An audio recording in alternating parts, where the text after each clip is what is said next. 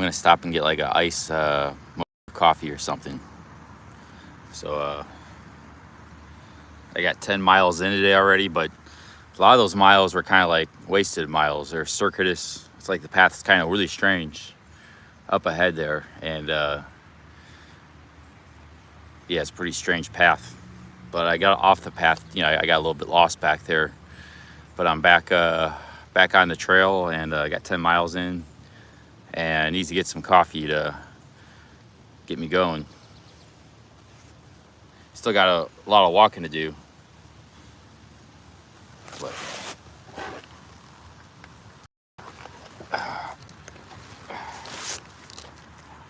backpack's all sweaty. It was pretty hot. We got some nice cloud cover now, though. Yeah, I got some nice cloud cover. You can see there. Hasn't been too bad, the sun, but it was pretty hot. So we're getting a little bit closer to town here, another town, and we could get some coffee, sit down, some aircon, cool off a little bit, and I got more walking to do later.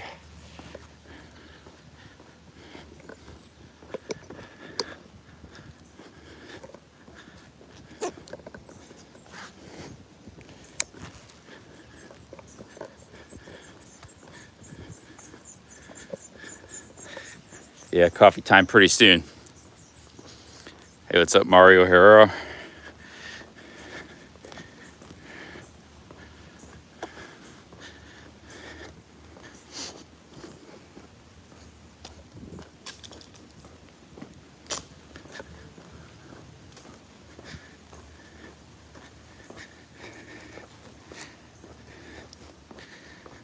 Big ups.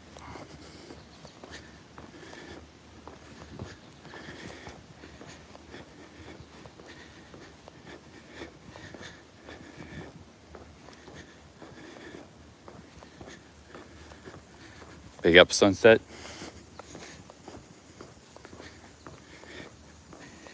Yeah, I'm just gonna, I got a lot of miles to do to get to where I need to go. I gotta get 8, 9 more. I've already done 10, so I need a caffeine boost. Like drinking a bunch of Coca-Cola or having like a iced mocha, that gets you going for a while. So that will get me going probably to my destination if I get some more coffee. But that's why I wake up in the morning with these bags under my eyes and stuff, because basically what you're doing is you're burning out your adrenal glands, and then you need to rest like a week. You do this for a month, so every morning I wake up, it's like I don't want to get out of bed, and body's really tired or fatigued. But once I get going, then I really want to get good at this. I have to get off the caffeine, wean myself off the caffeine, because I use the stimulants to get me going. My most day stimulants being caffeine, of course. I don't consider sugar a stimulant, it's just a nutrient. That's a natural way your body uses energy through glucose. But yeah, if I want to get real good at this, I gotta wean myself off the caffeine. Red Bull could work too, but you get an ice cold mocha, chocolate, it's got like a stimulant, the caffeine. Ice cold mocha does the trick. Get a large one, get some aircon, then we could knock away the next 8 miles or so after that. And if I could charge here at the coffee shop, I'll do some streaming. I'll just stream the whole way, keep the stream going. I still got about 45%, 50% on my phone. But if I want to stream the rest of the day, I gotta get some charging done too. So, hey, what's up, Jay East? Am I staying in a motel?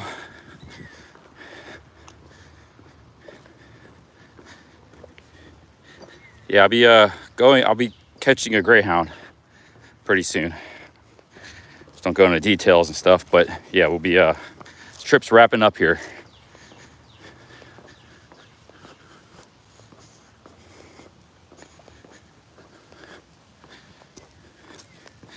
Yeah, it's hot. I'm gonna get an iced coffee. Start off in the morning. The morning temperature is a lot cooler. I have just a hot cup of coffee, but now I walk in the heat all day. You don't want a hot cup of coffee. You want iced coffee. So a cup of hot coffee in the morning, iced coffee in the afternoon, evening.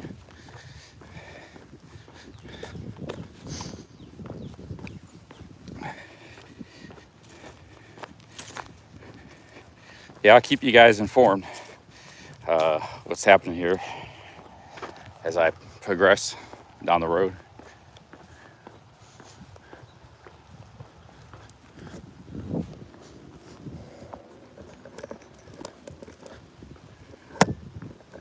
Yeah.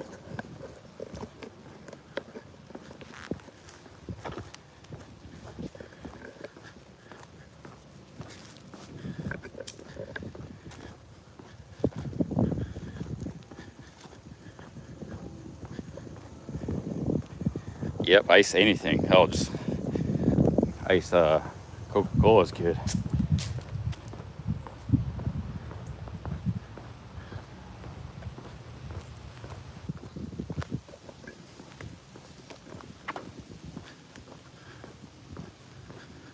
It's pretty long. This would be a good test for my back because I have a problem with my back sitting down for long periods of time. So see how it handles it. Greyhound's never fast. It's like that.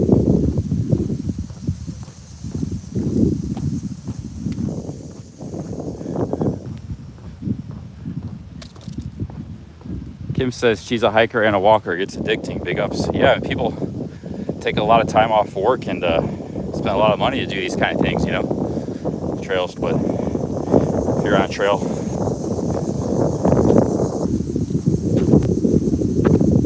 walking, you know, it is yeah, it can be a bit addicting to want to walk all the time. It'll also be tiring at the same time. It's weird how it works. Like, am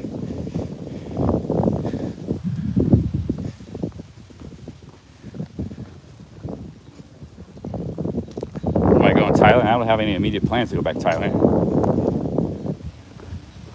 I don't know.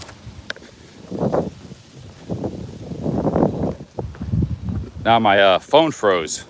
I hadn't seen it do that all trip. It's like the YouTube just totally, because usually even the internet's out, the time will be clicking on the live stream. Look, it was just totally frozen, so I just turned off the stream. Just happened to happen, you know, it happened right there, probably because I was out in the open with the sun, so the phone just overheated. I was only gonna give a short attempt at hitchhiking anyways. I had about 10 cars pass and nobody. I'm kind of glad I didn't hitchhike, because even though I would have get down the road, it would have took me to kind of still go south, but in a different, like more of a little bit of a southwest direction. So probably would have been out in the middle of nowhere.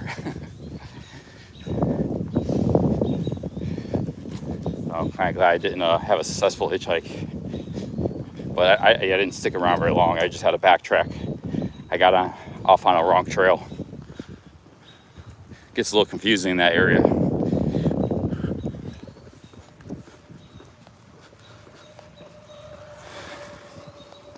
GHB says best time in the last 5 years to be in Thailand. Yeah, think about it. I mean, see, I have options. I mean, one, I could do more live streaming in America this summer.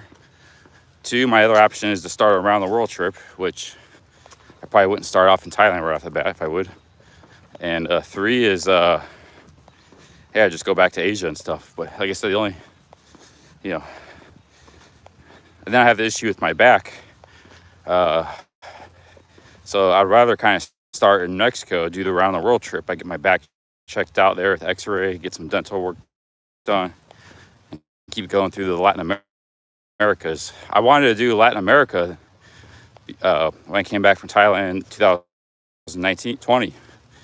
I went to Colombia, but then the pandemic broke out. So I've been wanting to do like a tour of Latin America, filming and stuff, you know, especially Brazil and Colombia. On there because they're wide open. I work my way up the continent because there's been a lot of Mexico content on YouTube because they were wide open during the pandemic, so everybody went there. These are some bird houses.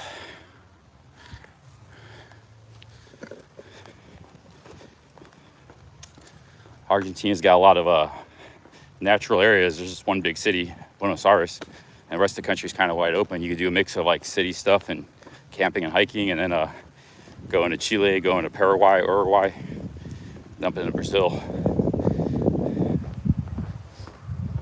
daily vlog it. Some beautiful ladies down there. Be talking to them, filming. And brush up on some, learn some Portuguese, but Spanish is not too bad. It's all right if we're going down there. They don't speak much English down there, I'll tell you that.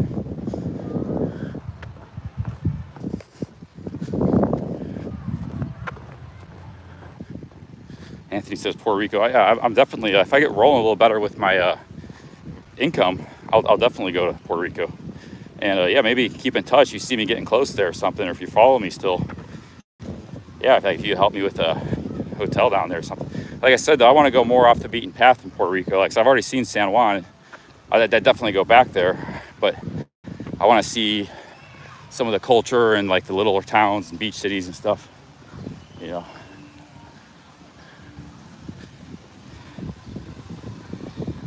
Puerto Rico is probably my #1 country to visit in the Caribbean.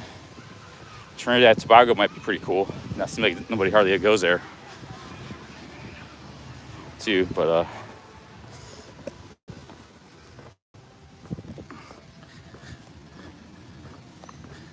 Mexico is expensive. Not if you get outside of the tourist places. Yeah, Cancun is, but Mexico is really cheap, dude.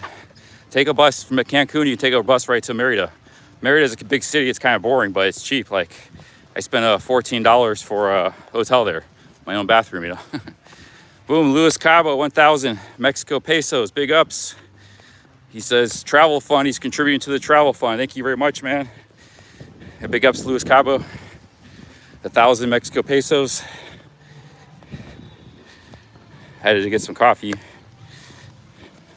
Boom, out of the blue, 1,000 pesos.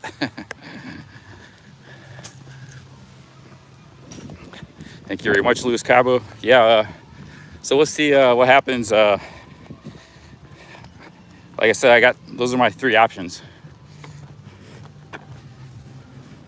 You know, if Thailand gets rid of that, if they get rid of their testing, and the flights are pretty cheap, yeah, maybe in my back, I can sustain a 25, 30 hour flight there. If my back's not hurting too much, yeah, I could probably go there. I might just go start there. Who knows? But yeah, I mean, I kind of like starting in Argentina. 'Cause I haven't been there since like 2004. I used to go there a lot. That was like the place I went to, started traveling to. You know, like I did a backpacking trip, a little bit of Europe stuff, but then like the place I went back to kind of liked was Argentina. So I haven't been there in a long time. So it'd be pretty cool to start there, work my way up. Look my South America. Big ups to Luis Cabo. Thank you very much for the 1,000 Mexican dollars. How long have I been back in the U.S.? The last couple of years. Most of the last couple of years.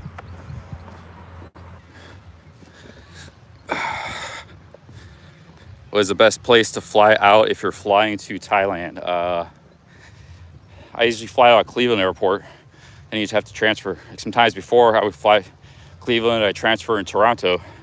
Used to get some cheap flights from Air Canada out of Toronto, but I would start in Cleveland still. They would just jump over the lake to Toronto, and then man, is it hot? The sun's back out. Sometimes we'll go from Cleveland to Chicago, and I fly from Chicago to Asia. You know, we'll go from there to Japan. Sometimes from New York. A couple times Minneapolis. A couple times I went to Minneapolis and then went to Seattle or San Francisco, I think. I don't know why Minneapolis is weird, but I think it was because it was Delta or something. But all started in Cleveland. A few times I fly out of Akron Airport too. But I haven't seen any big deals out of Akron Airport in a long time. Yeah, well, I was flying Air Canada 10 years ago. That was just because they used to have good prices for Americans flying overseas to Asia and stuff. I used to get some really good deals. Actually, I think the first time I flew was 20 years ago to Japan. It was like my first trip to Japan was from Air Canada. I've been flying out of Toronto many times.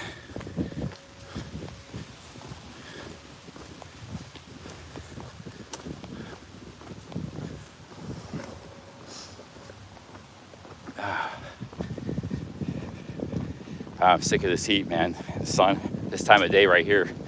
It's like, I dread this time of day. There was some cloud cover, now the sun's back out because it just gets at a low angle. It's different than, I don't know, in the equator, you know? Like here in the north in the summer, that sun just sits there in the sky at a low angle and just hitting you like up right up here. You're walking through that and there's like, I don't know, it's hard to describe, but yeah, I really dread it. But like I said, I have another 7-8 miles more to go today. I've done 10 today. So maybe I'll get some coffee. But if it's gonna be like this, I might just try to get a lift or something. This is, or figure out plan B. It's like 90 degrees and the sun right behind you. There you go, it's not too bad, I got blocked out.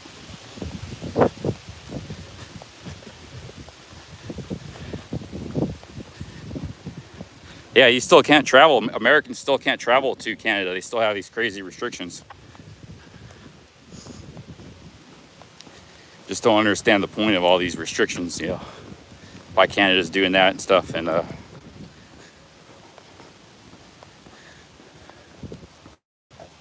they're saying they might have more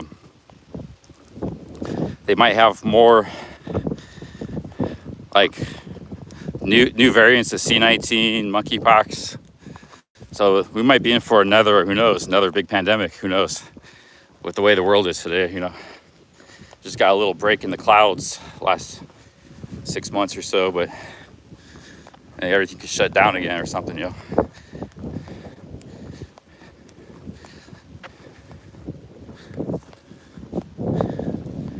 So I wouldn't be surprised if anything happens.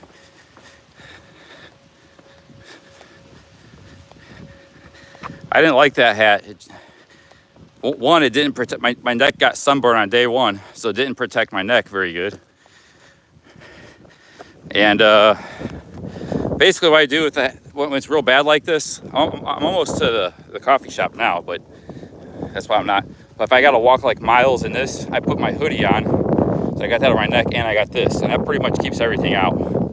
But the problem with that is it's warm. Like so you get hotter faster because I got the wool hoodie on. But that's a better solution to keeping the sun out than the sun hat, because the sun hat, I got sunburned the first day on my neck. And it's been like that ever since. It's still sunburned.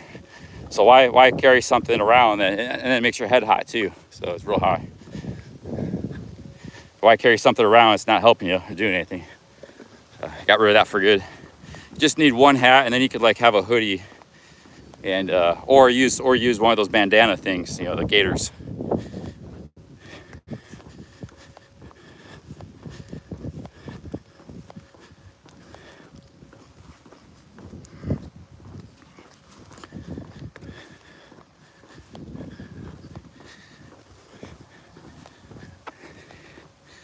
Yeah, it seems like Holland too, you know. They're doing some stuff in the Dutch right now. Got these little smaller, wealthier countries with good civics and people get along and not much crime. Seems like, yeah, so they got a lot of sway in those countries. America's too big and messy. They can't really, our political system's pretty messy too. They can't really get control of it. Oh, they had a tough time with Canada, you know, with the trucker protests, and still don't really have control of Canada either. The New World Order, NWO. So if they can't get control of Austria and Canada, Netherlands, Australia, they ain't gonna do the whole world.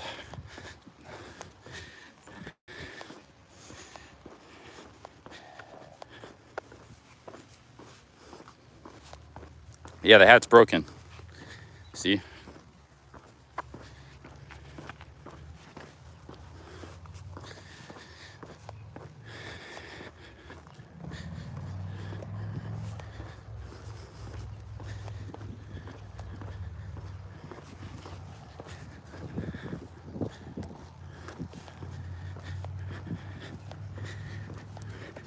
So I think it's a good time to cut this stream too with the walking, because I think it's kind of run its course.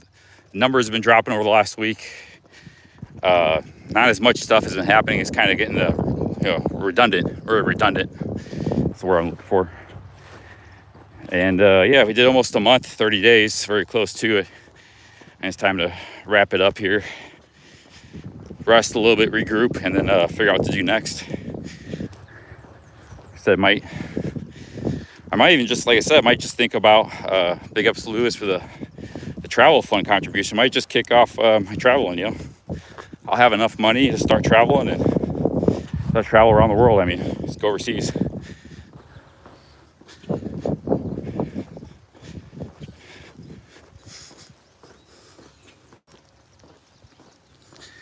So that's why I got a lot to think about here next week or two. Or do I want to just keep live streaming in America for a little while longer?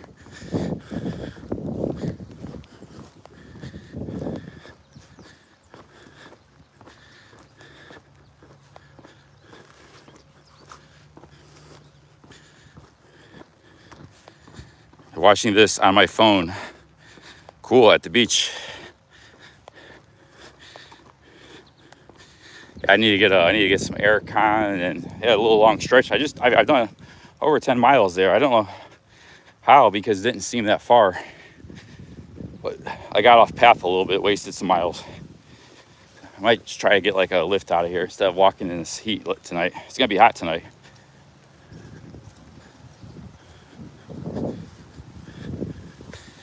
Get a lift, maybe. Just get some coffee now.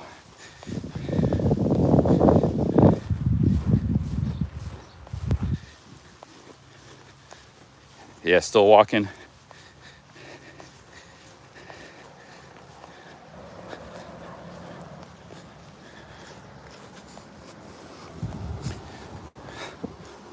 Still walking and talking.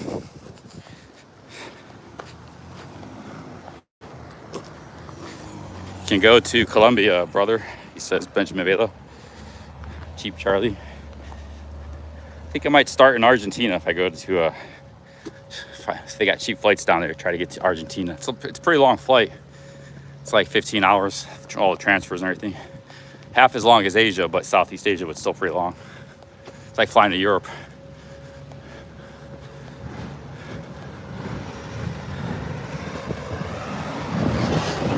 All right, let's get a iced mocha. Hopefully they got a charger. If not, this is gonna be the end of the stream. I mean, I got plenty of battery, but I won't be streaming much after the coffee shop.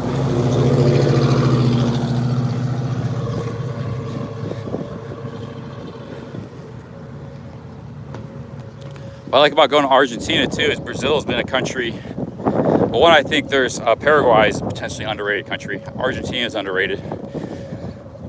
So those are good in their own, but those are good in their own right. But Brazil has been on my list for a while, and I can't get into Brazil if you're not vaccinated.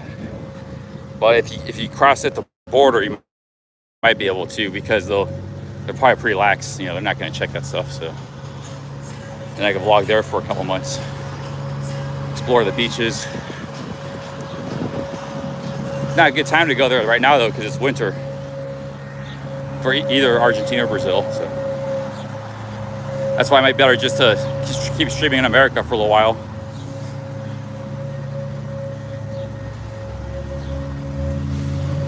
Stanley Steamer carpet cleaner.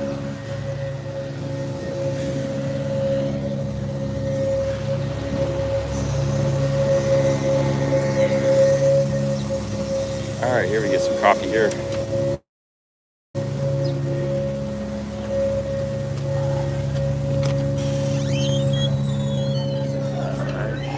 Yeah, it's like we got a charger here.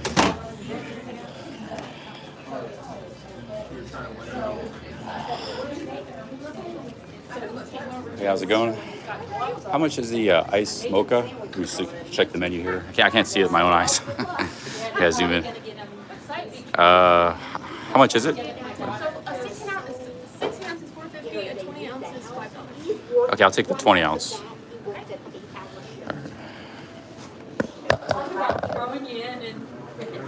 Can I get some extra, the syrup sugar in it? Extra? Extra syrup? Yeah. Okay, so that'll be 50 more cents. Is that okay?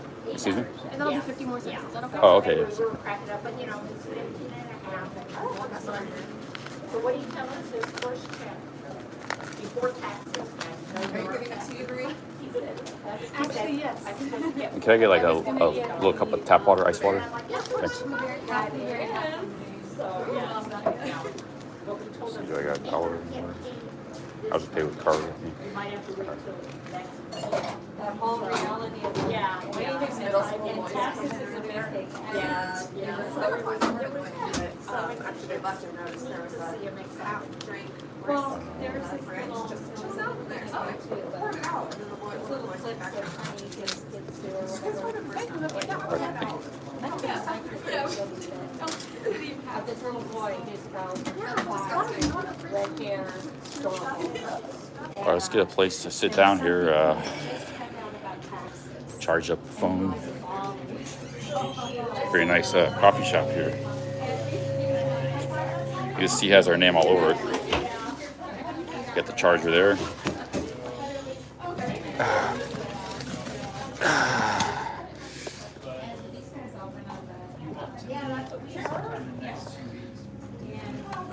Okay, we got the charging going.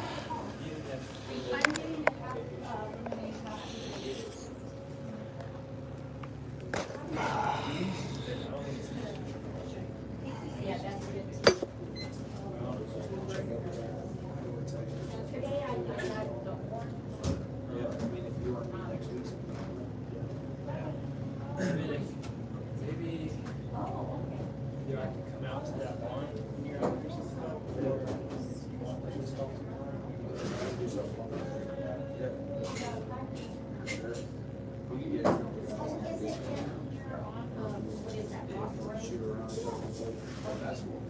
I really want to bring in open gym shape. Like, could you be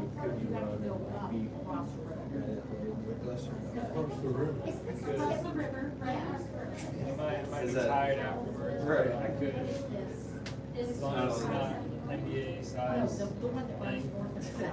That barn is like a little smaller. But if we can get like even like Because then it turns into.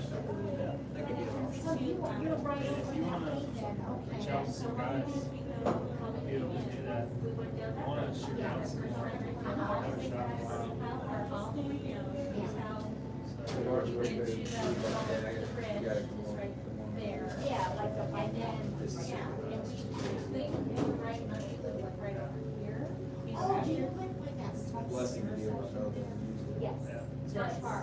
That would be that's Okay, a dream. yeah. goal of mine, is to Okay, have got this little a neighborhood. little bit of that- property just outside of town somewhere and have a barn, basketball court, and have everything. That's cool. We should do something. Get outside or do something. Sounds good. Yeah, just try to. All right, let's go here. Got the charging going. By the time do that, not We got some ice water and some iced coffee here. We got a nice comfortable chair. Charging. We got a big super chat already from Cabo. Life's pretty good. Cheers.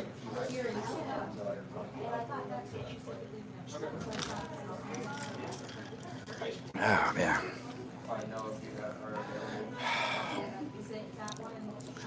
Let's see here.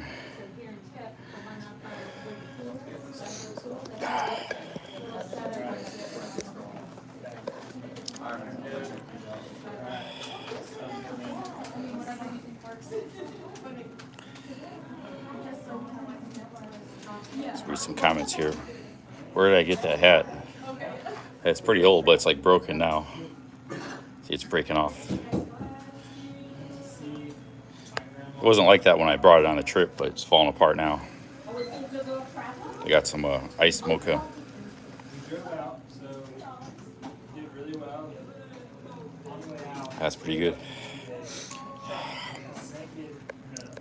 first day, final hour, we drove on the first day. Last hour, he was a little tired I'll put it in the live streaming museum with Jeff's trucker convoy hoodie. I got the Alaska shirt, the broken glasses.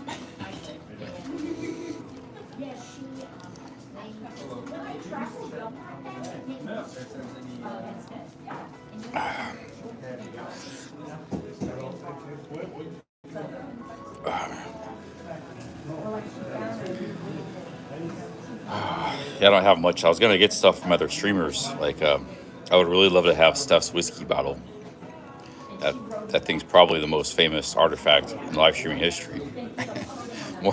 more fuss has been made about that empty bottle than ever. Thank you so much. Have a good day.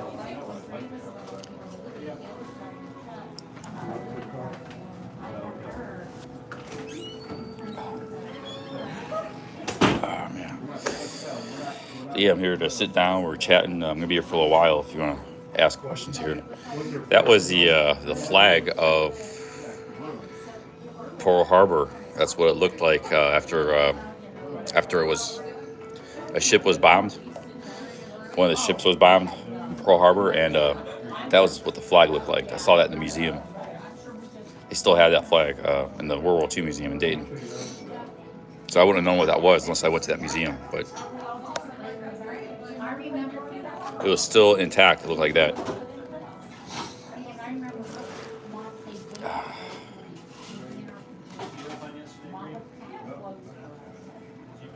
Oh, man.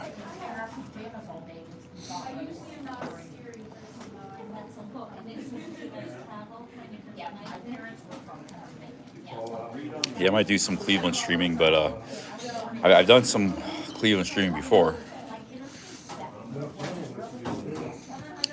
Maybe I could meet up with Reg Life when he's in East Cleveland. He's driving through. I'd be kind of scared to go there on my own. The city of East Cleveland, live streaming. It's pretty one of the roughest neighborhoods in America.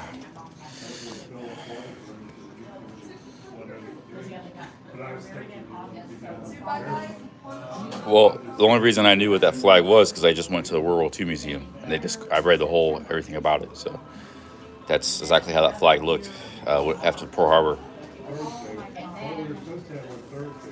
It was salvaged after a bombing.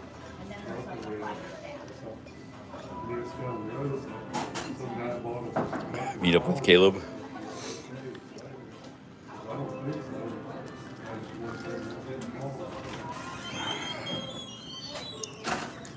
Hang my hat alongside of it.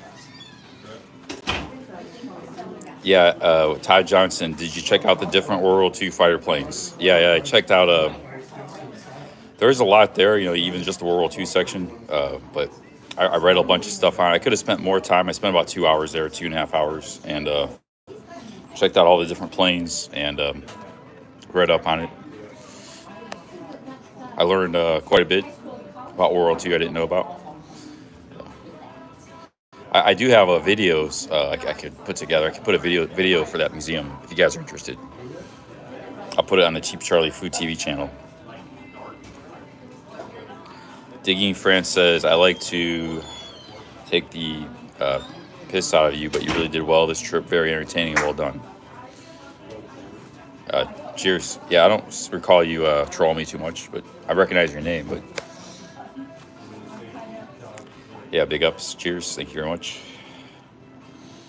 Failed career says she'd be interested. Yeah, it's just kind of showing the stuff in the museum. And not everybody would get a chance to go there. So I'm sure there's probably already videos on YouTube about it, but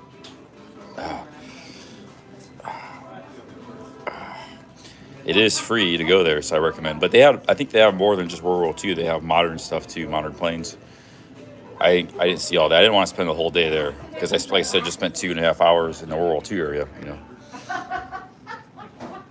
Did I make enough of this trip to start your world tour? My world tour, I would be planning on, earning money as I go through YouTube videos and AdSense, ads. So, but I don't need a whole heck of a lot to get to going. Actually, if I wouldn't have bought this phone, I would have had enough or done this trip. I probably could have got started. And in the countries I travel through, I'm traveling cheap. My plan is to travel $1,000 a month. So yeah, to answer that question, I I'd have enough to start it. The question is just, it's not good timing. Is it start now? Because if I go down to Argentina first, the weather's not good down there. It's not. If I started here, like in the Arizona Trail, again, the weather, it's the desert. It's 110 degrees. So like October would be a better time to start.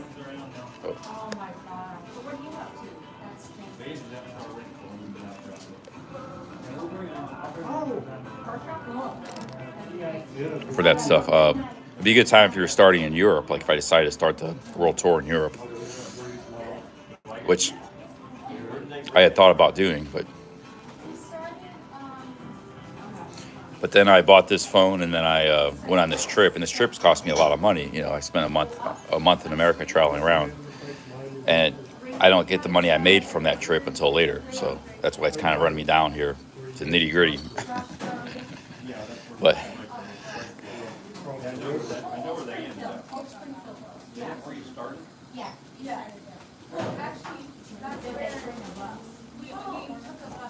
just this guy tripped over a rock. I don't remember that. There was a lot of little things like that you might find funny or entertaining that I didn't even notice. It's like, yes, maybe it's in one of Everywhere Be Box's highlight videos.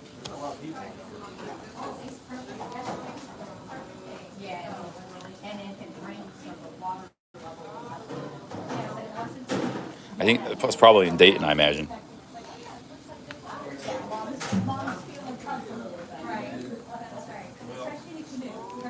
These are the shoes. These shoes were expensive too. I spent $150 on these shoes. They're good walking shoes. So I'll just be traveling with these shoes for a long time. I'll be using these shoes. Don't need to replace them. They're working just good. The tread is getting a little worn down, but it's no big deal.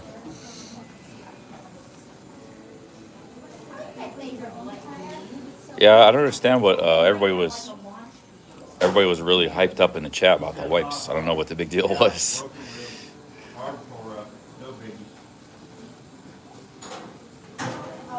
3D says the cartels in Tijuana are threatening to abduct American citizens. Yeah, that's probably why I avoid that area now. I was thinking about starting there. Like I would start the Pacific Crest Trail, head down the desert through Tecate, which is just east of Tijuana, and then go down hitchhike down Baja California.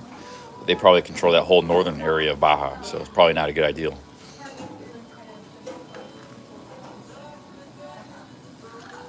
There's Highway 5. There's Highway 1 that goes all the way up Baja, but there's another highway called Highway 5 that goes along the coast by San Felipe, and that's a pretty nice area. But there was a problem with bandits on that road before, like Americans getting their RVs and vans getting robbed at gunpoint and stuff. So they had a lot of military presence. They put some checkpoints and stuff on Highway 5. But just as a couple of years ago, that was a big problem on Highway 5. Yeah. But, a lot of Americans go down to Tijuana, a lot of van lifers and RV type people. I don't think those people are stopped because that's part of their lifestyle. A lot of Canadians do too. They'll drive all the way down from Canada to get to Baja. So probably, if I were to do that, start my world tour, say a few months from now, that threat would be over probably.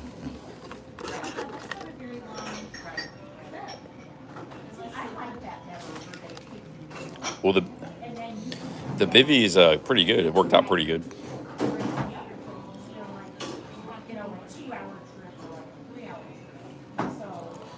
If I start like in Arizona and Mexico and stuff, a lot of the camp I'll be doing will be in desert and dry environments.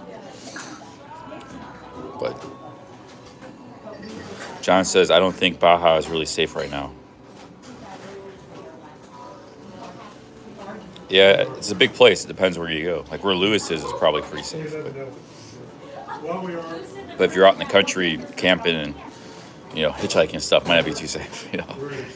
That's why I would want to be doing,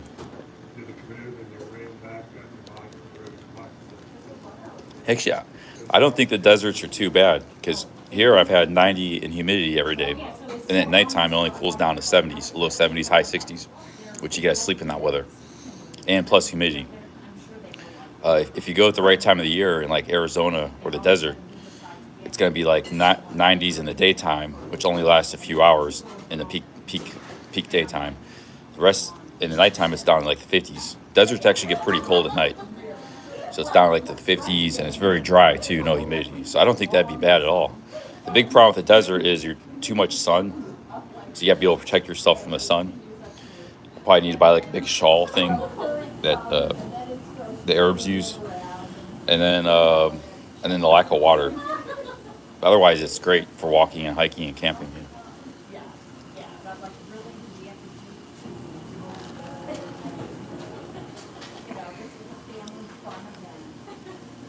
Let's go to Washington State. What's the commercial say before?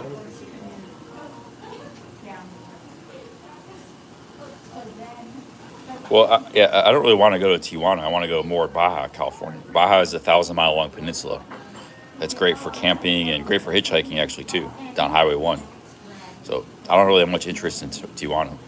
Now, some of the littler cities in Baja, like Loreto and Mulange, La Paz, Ensenada, there's a lot of littler cities. Those places are pretty nice.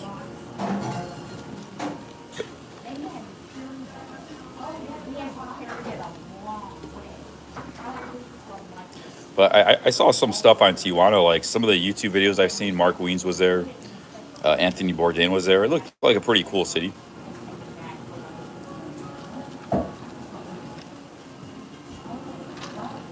There's actually a pretty big coastline, and like piers and.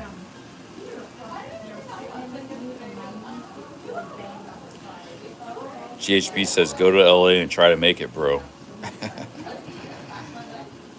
Well, yeah, that's what I'm saying. That's not the time of year to do that, though. Like, it's going to be in August in Baja, it's like 100 degrees, and they got humidity there, too, this time of year for some reason. It's like completely miserable. Like, everything shuts down in Baja in August. People try to leave it if they can. Like Cabo San Lucas and stuff, it's just awful weather. But then, October, it's pretty nice. It's the fall things. So you don't want to go there in August. It's just, there'll be nobody there. It'll be just, it'll be awful. But if you go in October too, that's when all the snowbirds are going down. So you get all the people in the vans and RVs, and you can hitchhike with those people, or the local Mexicans will give you rides, because hitchhiking is actually a part of Mexican culture. So, so you can hitchhike all the way down Baja, camp along the way, and then go and take a ferry over to Mexico and keep going through Mexico, go through Central America. That's one way I could start. And the other way is start in Argentina. So, or I could, start in Asia or Europe. But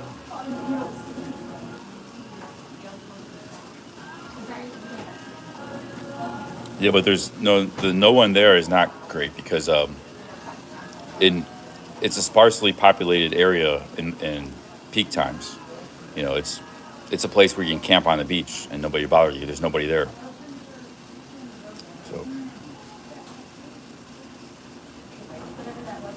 let's see.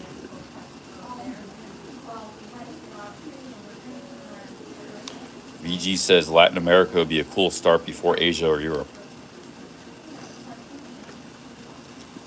Yeah, I wanted to go there in 2020. I went to Colombia, but it didn't work out because of the pandemic.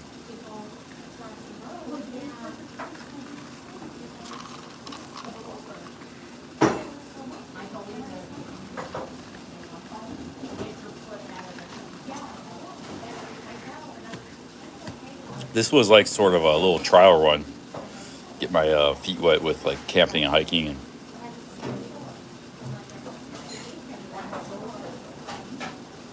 Scuff Frank says, you used to be able to sleep on the beach in Miami. I wouldn't try that anymore.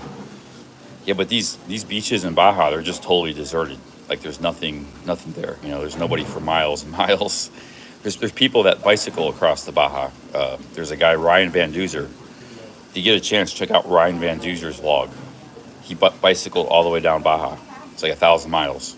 He just camp on the beach. It's beautiful. Camp under the stars. Great weather. But he bicycled all the way down the Baja Peninsula. His name is Ryan Van Duzer. He's one of the top cyclist YouTubers.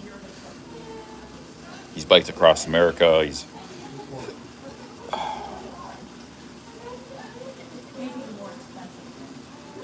VG says my Spanish is on point. Yeah, spending 3 months in Mexico helps, but I need to spend like a couple weeks studying. I study a little bit, but then I lose interest. It's like, I need to brushing up strengthen some of my weaknesses in Spanish, because I could be in Latin America for a year, you know, a year in Latin America, 6 months in Europe, 6 months in Africa, a year in Asia. This could be a long trip, you know. Traveling the world on $1,000 a month.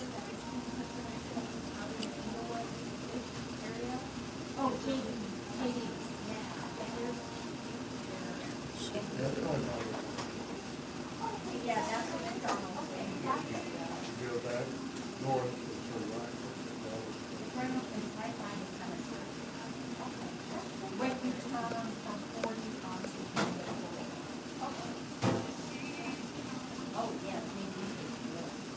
Get a cheap apartment in Mexico for a month. Yeah, it's always going to be cheaper to live somewhere than traveling, because you get an apartment, you can cook your own food, go to the grocery store. I want to do a traveling cheap series where you travel all over the world, but you know, it's pretty cheap. You're not spending a lot of money. There's nobody doing that on YouTube. Nobody emphasizes like budget travel that I know. I haven't seen any travel vlogger that emphasizes budget travel. But most backpackers and travelers, that's what they want. Long-time travelers, long-term, you know, they don't have $4,000 a month to spend traveling the world. That's $50,000 a year. They want to travel for a year, but they don't want to spend much money. That dream has been kind of lost with the inflation, the pandemic, and the younger generation. You know, it's all about bling. It's not about adventure. You know, it's all about the Instagram and the look how great this place is. You know, the younger social media generation has lost the backpacking adventure that the people had in the 60s, the 70s, the 80s, and 90s. That younger generation of those era, they just wanted to travel. They didn't care about the hardships. They didn't care how little money they had to travel with. The younger generation has lost that. You know, Steve Jobs, he backpacked the world when he was young in the 70s and stuff, in the 1970s. But started with the hippies. You know, the hippies really started the backpacking culture. Yeah, you can live anywhere cheap, you know, but to travel cheap's another. Because traveling's complicated and it's expensive. You got to eat out a lot. You know, it's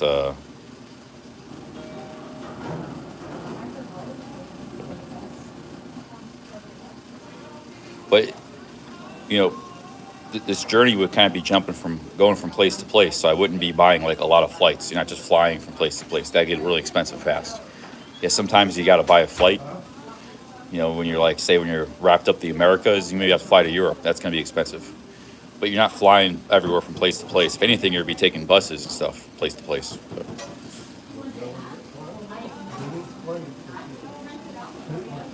Yeah, the younger generation, like when I was 18 and stuff, 17, that's why I didn't get a car, is I wanted to travel. I wanted to backpack like right away. I was like, it was the late 90s, and they had forums, like Eurotrip was the name of the forum. Back then, Europe was very popular for backpacking. It was cheaper there back then. You know, you had all the hostels. So I was like dreaming of wanting to backpack and travel when I was a teenager, you know. Now I don't think many younger generation really cares anymore. They're all video games and social media. And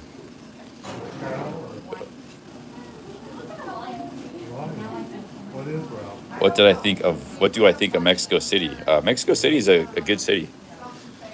One, the climate's great. It's always like 70s in the daytime. You know, it's city of eternal spring because the high elevation. If anything, it gets a little bit too cool. I prefer a little bit more warmth.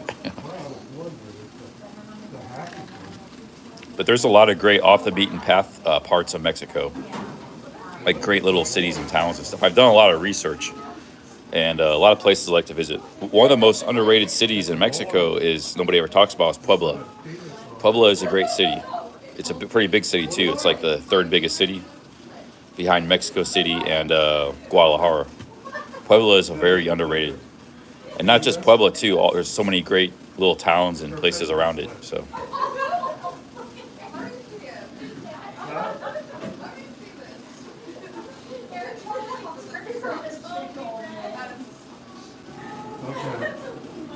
I didn't get a chance to visit Puebla in my last 2 trips, but I have been there before. What tower is it? Tower of the 50 you got? Of the beer can? Finishing up my mocha here. With the bottle? So we're charging here. What I'll do is keep streaming tonight. I got a lot of walking to do. There's my charging.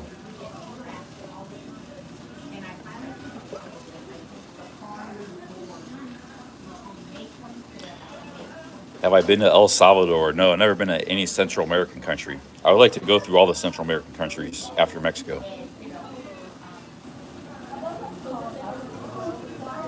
Which one do I like more, Latin or Thai women? I haven't been with a Latina in a long time. So,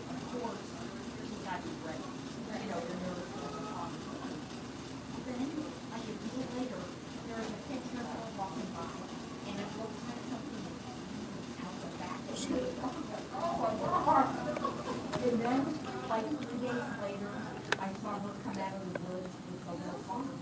And she didn't even want to. I want to get like a 5 or 10 year India visa too.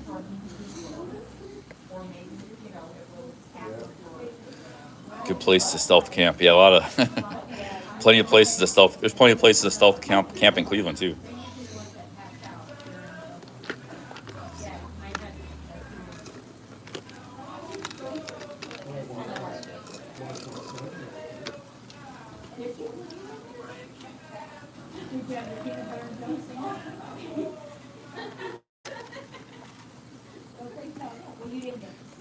Arapaho. I don't know much about the transportation system in the Caribbean, like how you get from island to island. Only ferry I know of is there's a ferry from Santo Domingo, Dominican Republic to Puerto Rico. I don't know of any other ferries getting around. There's cruise ships, of course, but that's not really the same because you're stuck on that boat. And the Caribbean's expensive too.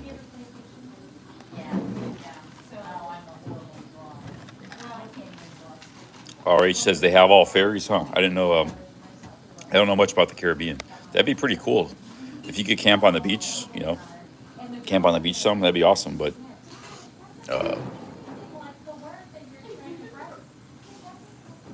one country I like to visit too is Belize, and it's a small country, Belize, but it looks pretty cool. It's expensive, but I think I could do some stealth camping there. And but it's kind of got really, that Caribbean vibe and some just amazingly beautiful beaches. And yeah, Belize would be cool to check out. It's actually, you can get there from Cancun, Mexico. Like they had buses when I was in Tulum. You can go right to Belize from there because it's part of the Yucatan Peninsula. It's right next to it. So it's like a 4 or 5 hour bus ride from Tulum.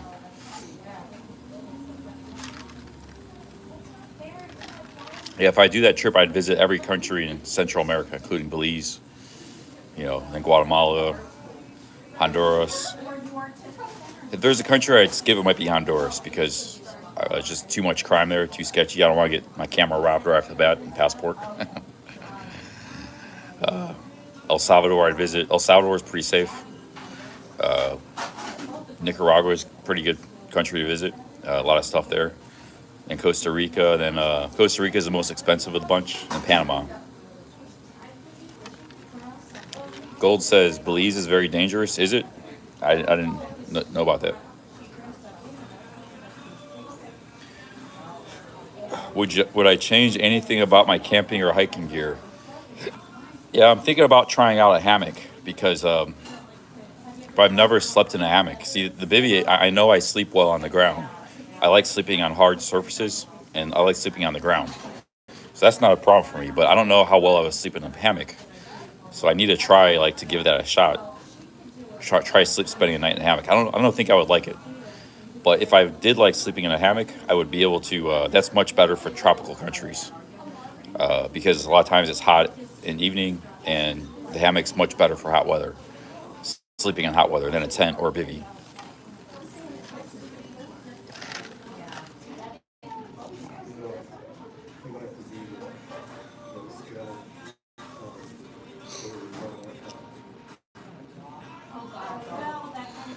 Brother-in-law is from El Salvador. Yeah, one of the mods here, Boston Mike, I think his wife's from El Salvador. Jonathan North was there for a couple months. He's one of the mods too. He was in El Salvador. A lot of people went there because like there was a long period last year, like only 4 countries in the world were open. Like it was like Mexico, El Salvador, that was it. Like Dominican Republic, that was it. It was like only El Salvador was one of them. You could just fly into, no tests, nothing. So a lot of people were going there. It's a small country, but I would like to go there sometime.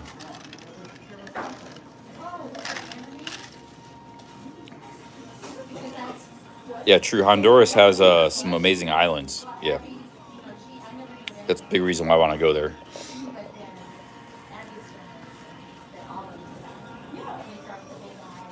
Yeah, that was it. Like exaggerated.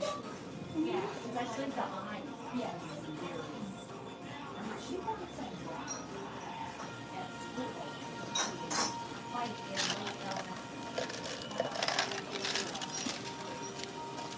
I think Argentina would be a good place, the country to stop in. Some guys did go back there last 4 or 5 months. They got pretty good views because they had some really pretty women on their thumbnail. And the women are pretty easygoing with the camera. So, like, you can talk to women on the streets. There's a big nightlife area called Palermo. Just a lot of little bars and cafes, people hanging out at night in the streets, music, bands. Kind of like a more spread out Nashville, because you see Nashville, it's just like one street, but it's packed with people. It's kind of the same thing, but it's more spread out over a huge neighborhood. And you just, you can document your travels and the hotel and food and expenses, the costs. Then you got all these beautiful women you could talk to and film and having your thumbnails. It's like, so that'd be a good place to start. And then Brazil would be great too.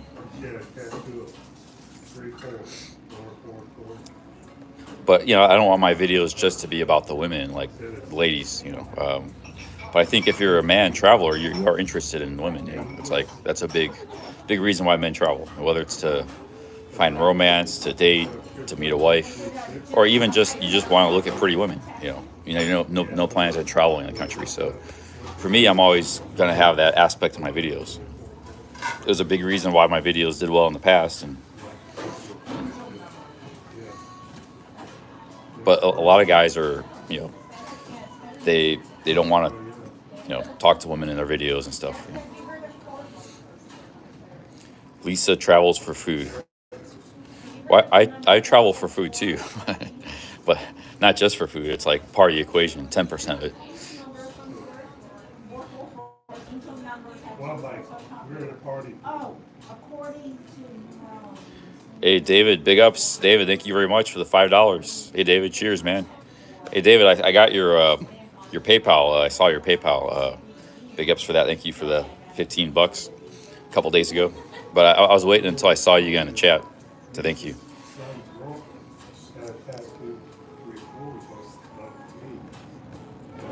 Yeah, big ups, David. Thank you very much for the 5 super chats. David's been around my channel for a long time.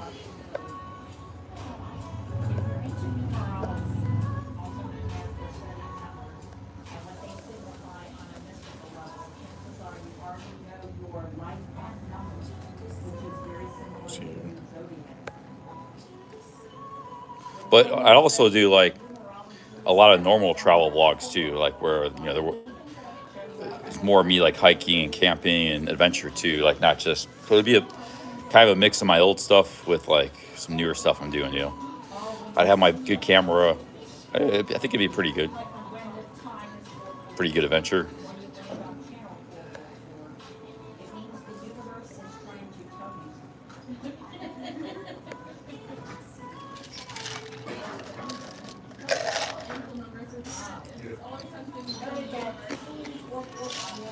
One of the things I like when I travel is I like the camaraderie of other travelers. So like just going to places where like there's not other backpackers, other travelers, which is basically the way the pandemic's been the last couple of years. I don't really look forward to that. Like, yeah, you want to meet the locals, but you also want to like hang out with other travelers, people from Europe and your own country, Canada, Australia, people you speak English with.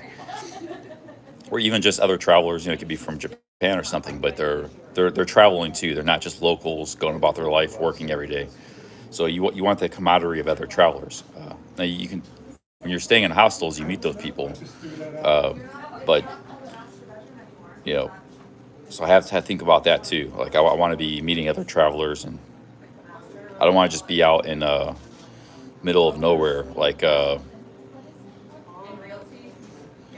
don't want to be in the middle of nowhere, like just in an island of solitude. I mean, sometimes you're inevitably that's going to happen anyways. But yeah, I'd like to at least meet some people sometimes.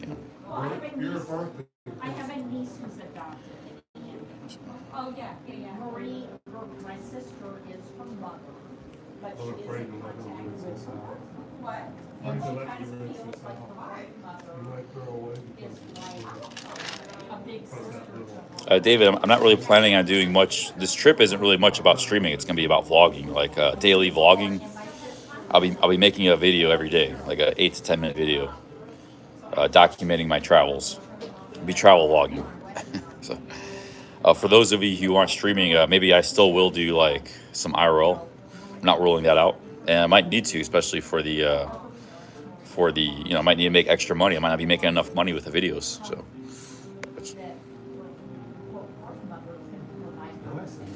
Start the practice of eating bugs. I eaten some bugs. In Oaxaca, they sell little grasshoppers. I forgot what they're called. They serve it with your beer. Why waste money? Waste money on what?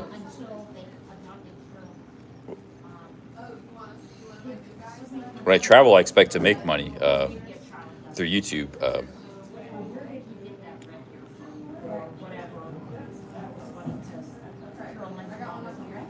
Is it better to do long vlogs than short vlogs? Benjamin, I don't know. Like a lot of big YouTubers, like you look at Mark Wiens or Harold Balder, Bangkok 112, they always did like 20, 30-minute videos. They seem to like the longer vlogs, but they also weren't in daily vlogging. Like Mark Wiens releases a video maybe twice a week. So they're not like putting a video up every day. So what I used to do before was I would make the video as long as the content was. So like a hotel review was like 7 minutes, Didn't take that long to walk through a hotel. I showed the little area around it, and that was it. Some vlogs were a little longer, 15, 20 minutes.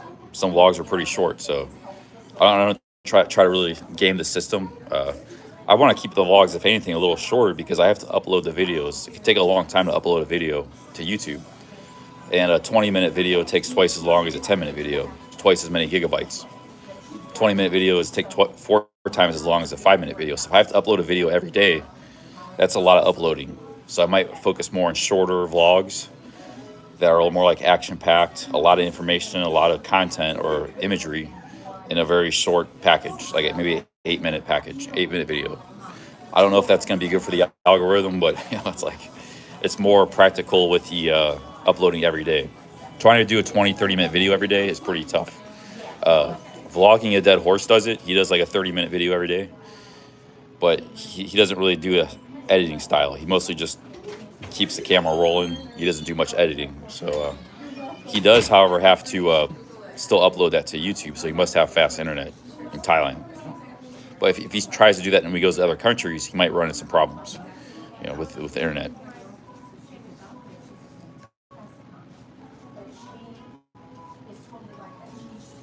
So, yeah, I've been wanting to vlog for a long time. I in Mexico, I started to do a little vlogging, travel vlogging, but I got more into streaming instead, drinking and streaming.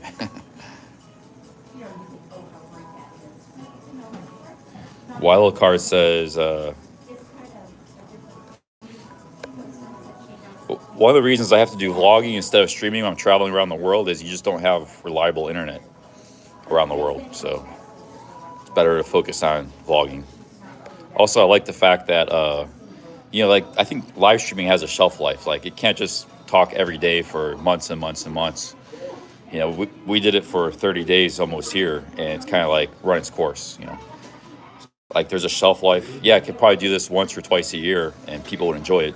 right? Don't go on an adventure for 2-3 weeks and live stream every day for 8-10 hours a day. But there's like a shelf life to the live streaming, you know. Otherwise, it becomes really repetitive. You get tired. You guys get sick of seeing me, hearing me. I'm always on. Whereas the vlog, and you know, the vlogs too is a lot less of me talking. It's more about the scenery and the people, and you know, and the experience traveling. So, of course, it's only 8 minutes of content every day, but I think you know, people will get into it, enjoy it, and then new people will come. They'll binge watch. Like they'll go back and watch the old videos. Like once I get like a year into this, that's 8 minutes of content per day times 300 days, 360 days. So then you're starting getting into thousands of hours of content that people will be a resource for people in a library that they can binge watch for entertainment or information down the road, you know.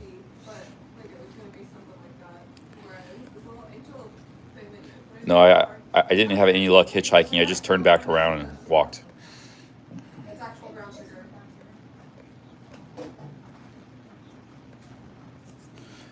Well, maybe it'll be a fall, you'll have a fall special. Yeah, David, I might actually vlog on this channel. So I have a really strong audience on this channel that want to follow me, like what I'm up to, and use the old channel for like just kind of random videos. I could use both channels, you know, but the old channel would just be random stuff and hotel videos and stuff like that.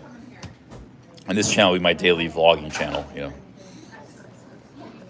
documenting my travels.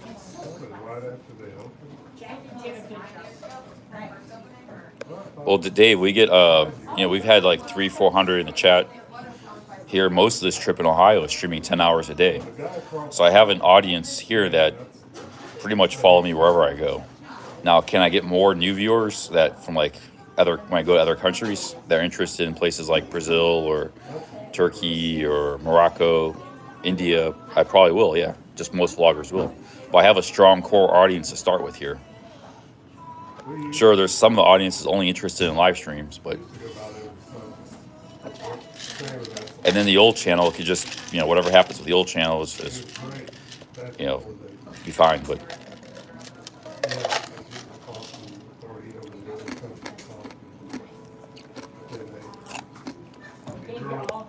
and I don't need to get rich, you know, I'm not trying to get rich off my vlog. If I could just make pay my travel expenses, which I'll be traveling $1,000 a month, so that's not like super hard. You know, I don't have a big budget, so I just gotta cover $1,000 a month in expenses, and I want to travel cheap because it's good content, better vlogging, be interesting, and then a little bit extra profit every month that I could put away in a bank account or something. If I could, you know, make $1,500 a month, which isn't a lot on YouTube these days, that'll be you know, saving $500 a month. I'll be pretty happy with that. Wildcard ARA, big ups. Thank you for the $2. Cheers, man. Thank you very much.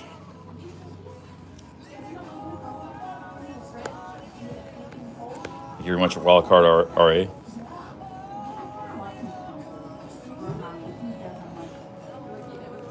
RA. Sadie Lamp. No, I've never heard of the trash hotel streamers. Have you ever thought about driving Uber?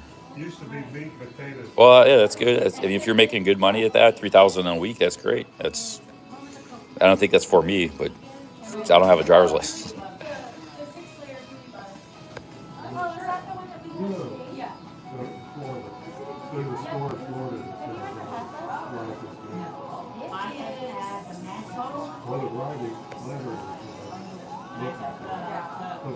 But like I said, if I'm traveling on $1,000 a month, and I only got to make like $1,500 a month to make a nice little profit. I could save that money every month, and I pay for my travel expenses. So I have 3 channels. I have income from 3 channels. You got the super thanks. You can do occasional live streams. It's not hard to make. For me, for my YouTube ecosystem, making $1,500 a month, and you got daily vlogging videos coming up every day. You know, $1,500 is not too hard to make on YouTube, I think, traveling the world. But you have to travel cheap.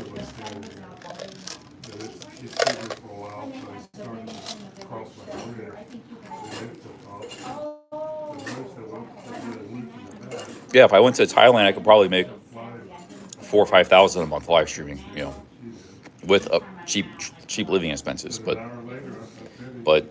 I don't. Life isn't all about like making the most amount of money. It's I want to, you know, I want to travel the world, do a around the world trip, and vlog it.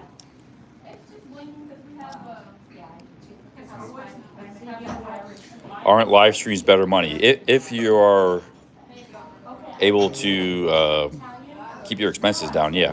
But like I said, the live streaming, it's just me rambling day after day. It gets kind of old. It gets old for me. It gets old for you guys. So I do want to get back to vlogging. I can still do some live streams here and there. You know.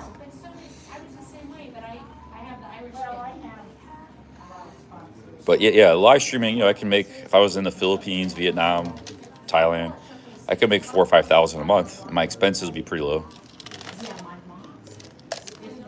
That's probably better money than vlogging.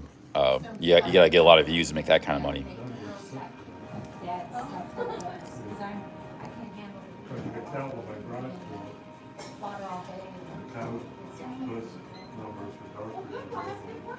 Huckleberry says he's very drunk.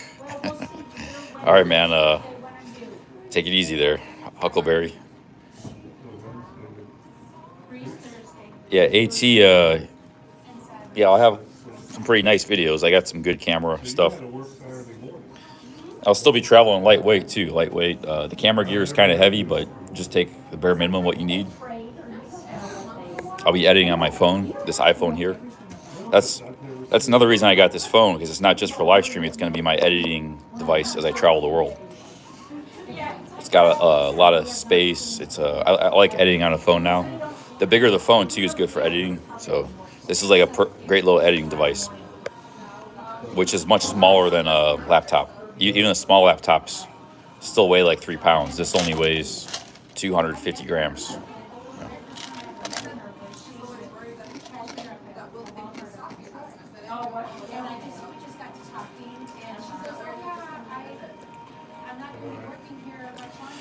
Well, I guess we're charging up, guys. I get this to full charge. I'm gonna keep walking here.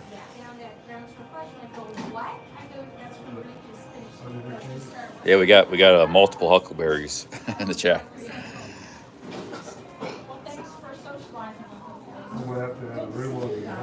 Yeah, like it is fun. Like if I don't live stream for a while, like I have the need. I feel the need to live stream to like chat with you guys and touch base.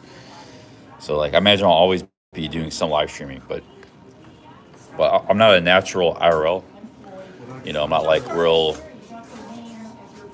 you know, aggressive and real outgoing and right, like Carl 3, for example. So I'm a better vlogger than I am a streamer, I think.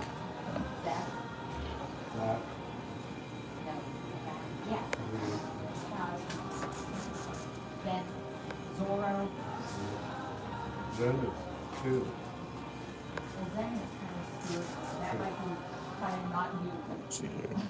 I'm a believer.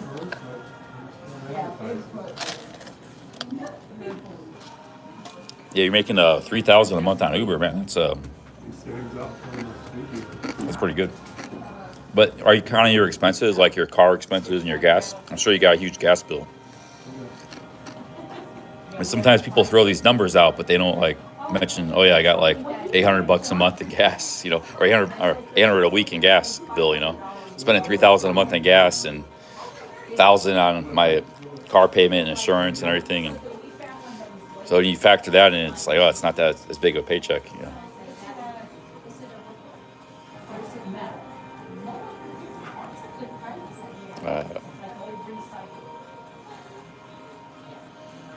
Let's see here.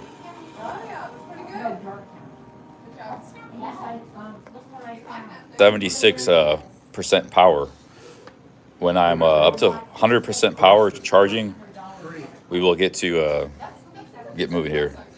I think they're closing soon here too, anyways, in an hour or so. So we're gonna stay here too much longer. Camp at your own risk. You should put a air, I've got these yellow sites. But I've got one where he's got a white mask.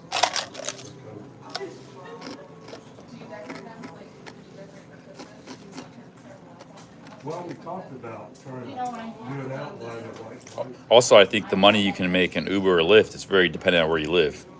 Like a lot of things in America, if you live in a good area, you can make a lot of money. But if you're like in a small town or just a city like Middletown, Ohio, you're probably not gonna make much money in Uber. It's like there's not that many Uber drivers. That's why there's not many Uber drivers there. So it's. But if you live like in Atlanta or something, yeah, maybe you make a lot of money on Uber.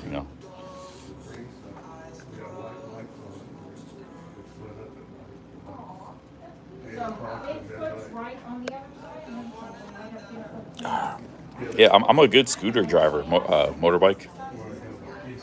I'm a very good scooter driver. Club fillers in the house, big ups. I think if you went to Philippines, did daily live streams and vlogs on your big channel for 6 months, you could save big money, travel the world. Like I said, club fillers, I could go to Thailand tomorrow and start live streaming every day. Probably make, like I said, 4,000 or 5,000 a month. I wouldn't ring the bell. Like last time I was ringing the bell a lot and I wouldn't do any of that stuff. I can make 5,000 a month probably live streaming every day. And I can live on 1,000 a month, live cheap. But I'm still pretty young. I'm pretty healthy, and I want to try to travel the world. Hiking and camping, and maybe I'll make a lot of money. Maybe I'll make very little, but I just want to try something else. So I'm not trying to maximize the amount of money I make. I'm more I want to do something that maybe I will make a lot of money. You never know. Maybe the vlogs will get a lot of views. I'll be another Bald and Bankrupt or Harold Balder. But even if I don't do that well, maybe I just make a little bit of money, 1,000 a month, 1,500 a month. But like I said, I want to pay my travel expenses, which is 1,000 a month, and make a little bit of profit. I can bank away a little bit of money every month, and then get to travel the world. I don't need a lot of money. The whole point of my travel is to travel the world cheap. Club fillers. I don't need 5,000 a month to travel the world. I only need 1,000 a month. Travel the world on $1,000 a month. That's not a lot of money. Staying in hostels, cheap hotels, camping. We're gonna travel the world on 1,000 a month. But if you're a person that needs 3,000, 4,000, or 5,000 a month to travel the world, yeah, you're gonna need a lot of money saved up.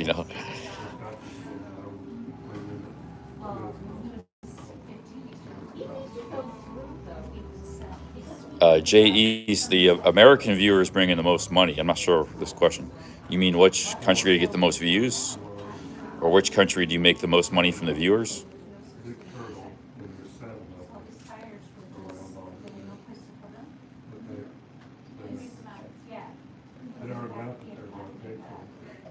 I just thought they would take off like hobbles.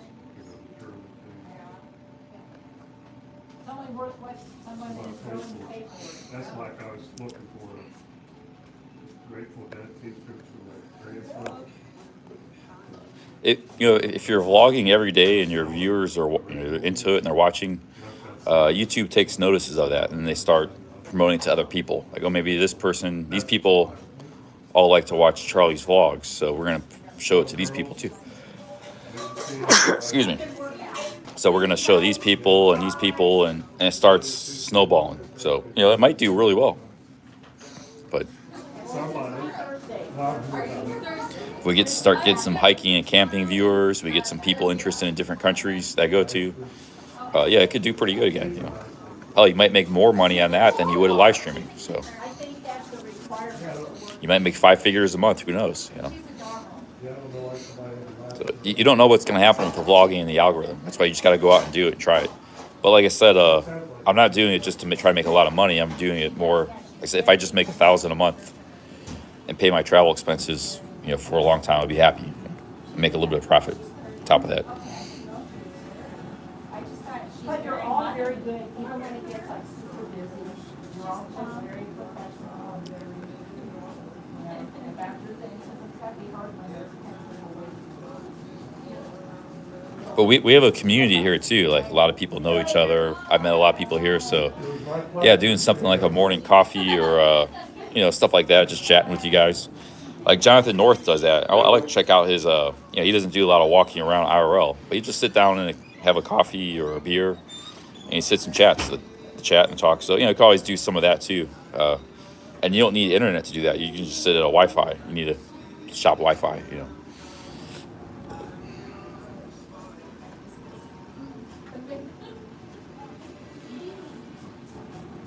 I should download the couch surfing app.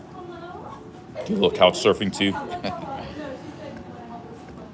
We're gonna get some walking done here. Do some more walking. I got an itch in my stomach.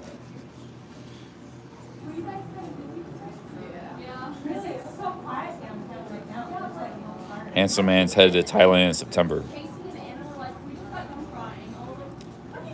A lot of you guys are headed back to Thailand.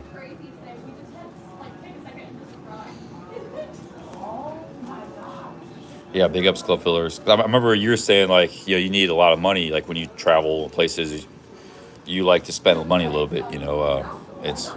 But you don't want to stay in hostels or do this. You want to travel normally. Like normal. And to do that can be pretty expensive. You want to go out and enjoy yourself at night, things like that. That all adds up. It's not like, but I'm going to travel budget. But it's not like I won't be having fun or enjoying myself. It's just a different type of travel. But yeah, there are a little more hardships and we stay in the hostels more, a little bit of camping here and there. But riding rickety old buses, and stuff. But So I asked for you, did you splash people with your paddles or just know and they go, oh. I did definitely splash them with the elbow. Oh, of course, yeah. Cedar. And then later, behind 3D Squadron, yeah. When I started the Ohio journey, how many subscribers did I anticipate getting? We've gotten like 300 new subscribers since I've started this. So that's not bad. I don't really expect to get a lot of new subscribers live streaming. But we got 300 this month, but it's not. But they're probably quality subscribers, like people like Hash Brown and the people that are going to be following me probably a lot in the future. So,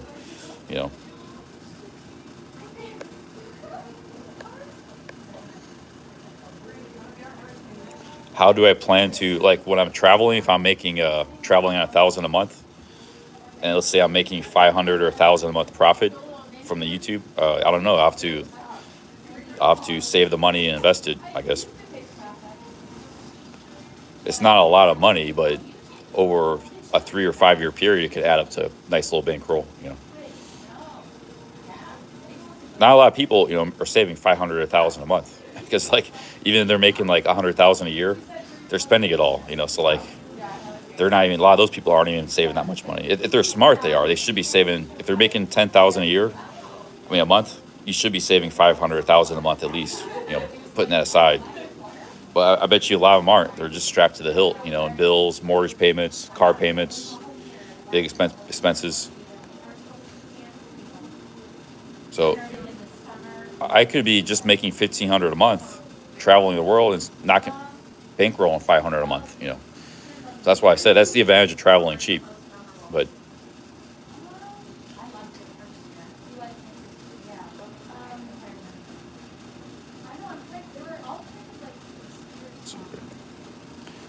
hey, what's up, Sis and Debs?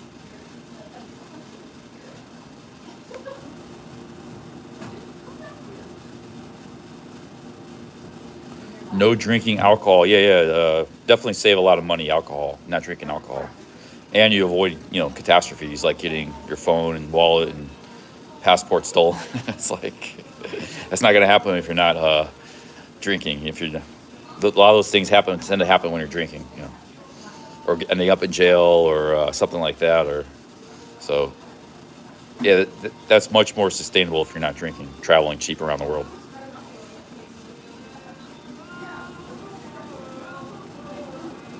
We're gonna be leaving here soon. I'm almost up to full charge, 2%.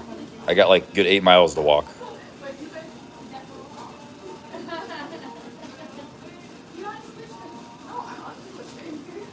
If you guys know what that flag is, I said it earlier. That's the Pearl Harbor flag. It was burnt like that.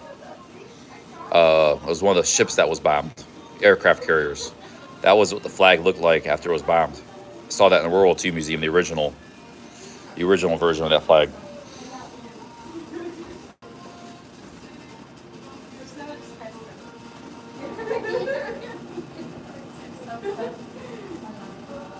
I've traveled my whole life with like a bankroll of $2,000-3,000 raccoon.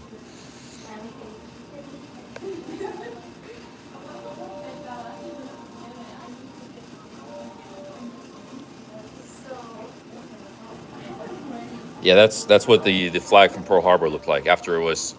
The flag survived. You know, the ship went down, but that was the flag that survived. I think it was floating on the water or something. No, that's just obviously a replica, but the original flag was just it was recovered from Pearl Harbor. Pat says her grandpa serviced Pearl Harbor. Ernest has been at Pearl Harbor twice. Oh, survived Pearl Harbor. Wow.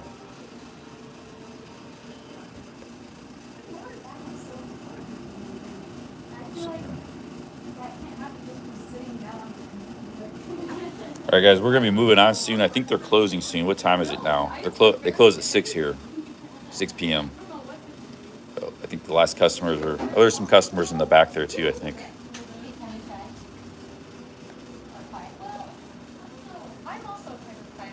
He fought 2 wars, so he was probably in World War II, and then he went to the Korea War. Wow, that's yeah, incredible. So a lot of the guys that were in World War II, I think they didn't want to, they had already done their part. The Korean War, even though it was only like 5 years later, it was a new generation of people. He might have been like an officer or something, or high up. That's incredible.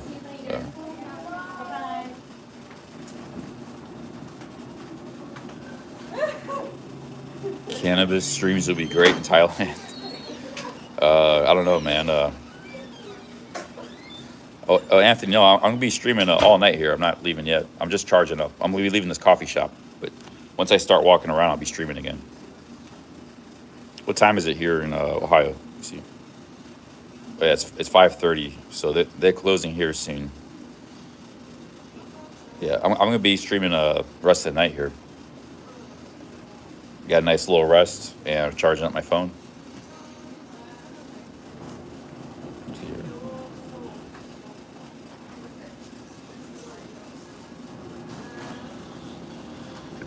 Oh, man. They close here at 6. About 20 minutes they close, so might be closing now already. But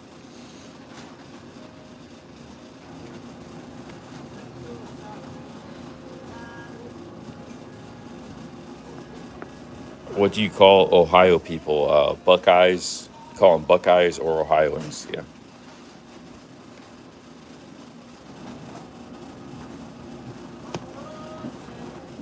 Or Yankees, if you're from the South.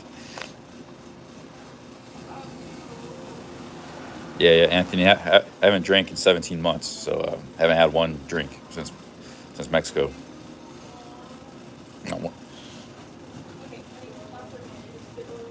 You gotta go cold turkey, not drink anything. Otherwise, you have a few beers here, then it blows up in a big problem again. So it's like all or nothing, If I start even just trying to drink a few beers here and there, it would just blow up in a big problem again.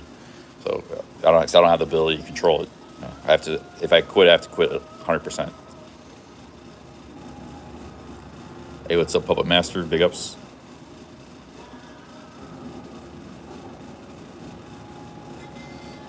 Well, there's a good power bank on that. That's a charger plus power bank. It's Anchor. But the problem is it broke about 5-6 days ago. Some Coke spilled out a week ago. But I need to make these pit stops anyways for food or for coffee, and I could just charge in those situations. I did a 12-hour stream yesterday with no power bank, and it gives me some break, rest, so it's working out fine. I did a 12-hour stream with no power bank, because the battery on this phone is so good. But now I'm getting a good long rest that when I get walking here, I'll be feeling real refreshed. So.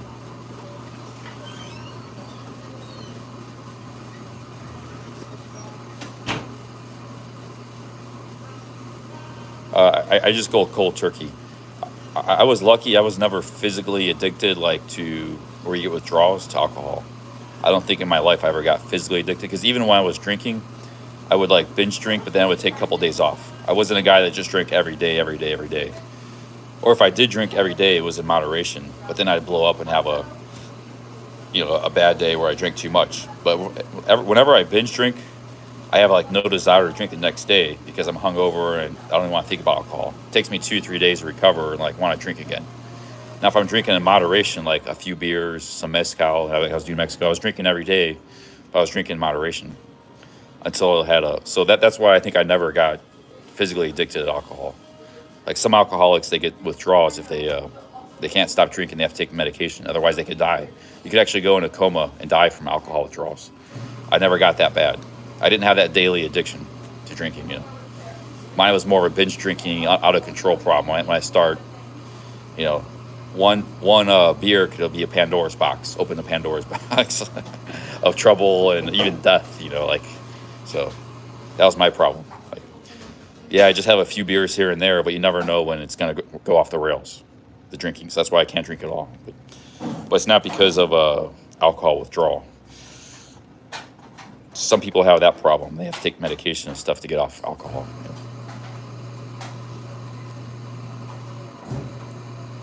Yeah, there was one time in my life where I had a little bit of shakes. I think it was really brief. I don't remember why. And I remember that was like a couple weeks. And then I think it was in Japan. I was drinking a lot of whiskey there and stuff. And I might have been getting close to getting physically addicted to alcohol at that point. But I don't know, maybe my trip came to an end and, went back to America and went away. So.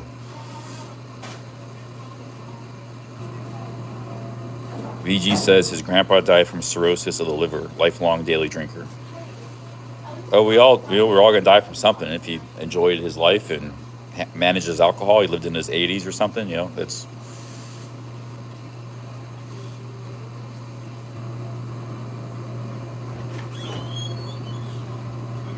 Some people can drink every day and they just, it's they don't get in trouble with it and they don't binge drink too much. They got it under control. 64. That's a little bit young, but.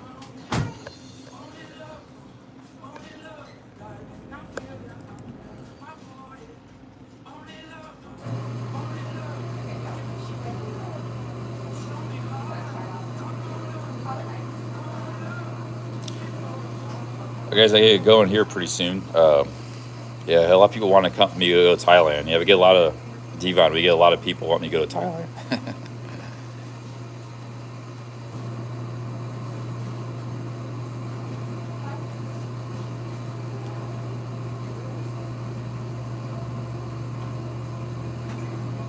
Yeah, there's a big radio guy in Cleveland, Mike Trevisano.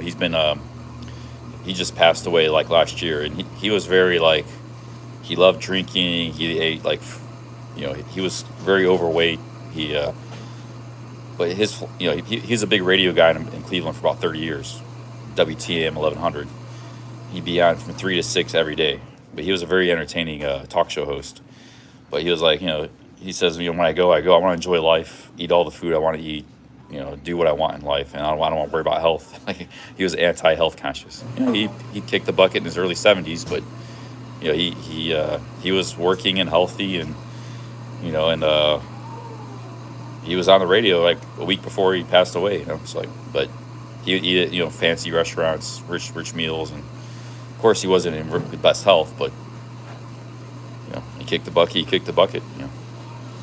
But he got to do what he wanted to do. Drink and eat unhealthy foods his whole life, and that's what he wanted. He didn't give a shit about health. So when he goes, he goes. His name is Mike Trevisano. So.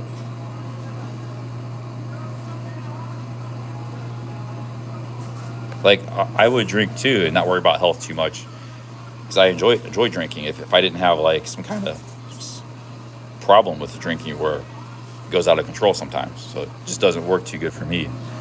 But for other people, they just it's an enjoyment of life. Same with smoking. He smoked cigarettes too. He smoked cigarettes. He did that pretty much everything unhealthy, but that was his choice.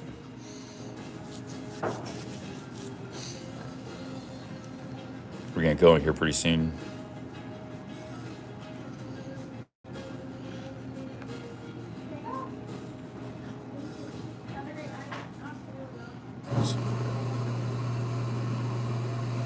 Boston Mike says, now don't go to Thailand, wait till a year later in the year.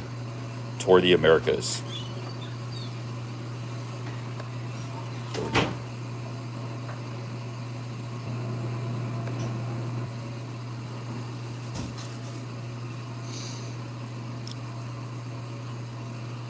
Am I done for the day? No, I'm just gonna, when I leave here, I'm gonna be walking back to walking and streaming. I'm just getting a full charge on my phone here. They might be closing soon, so I'm gonna get ready to walk here pretty soon.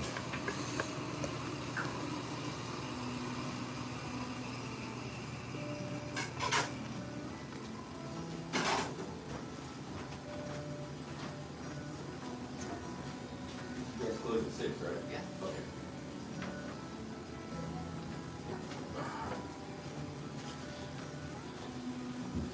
I get kind of stiff when I sit in a chair for a long time.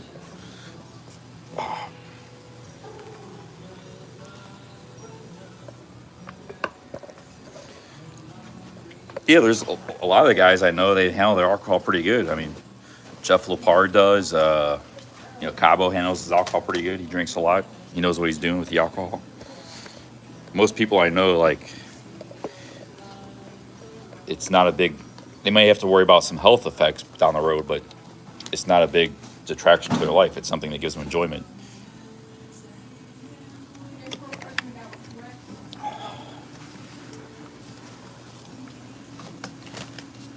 Used to give me enjoyment too, but the problem was, like I said, I get out of control and super binge drink some nights if I couldn't control it. And anything could happen at that point. Right.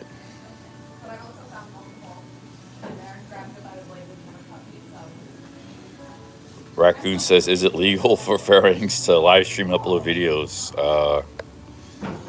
Yeah, that's something some of the trolls and guys like Twitchy used to harp on a lot, but I don't think, when I went into Thailand once, sometimes the immigration, they ask you, they want to see if you have money, and they ask you, like, how do you make your living? I told them I'm a YouTube vlogger, the immigration, because they were giving me kind of the fifth degree a little bit. I think this was back in 2019. I said, I'm a YouTube vlogger, and then I told them, and he said, how much money do you make? And I said, I told him I was making pretty good money at that time with vlogging. He was like, oh, wow, you make too much from YouTube. And then he stamped my passport and sent me on my way. So I don't think they're really too concerned about YouTubers making money when they're in Thailand,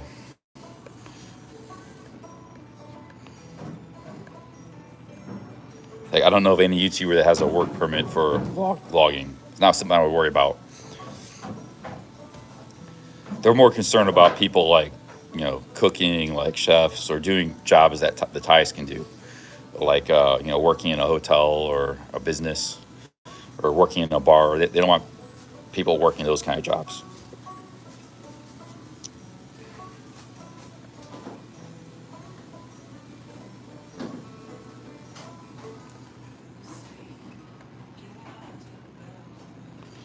What time is it here? We're gonna sit here a few more minutes, trying to get to 6. Luis Cabo wants everybody to meet up in a sexy bar and Christmas Eve.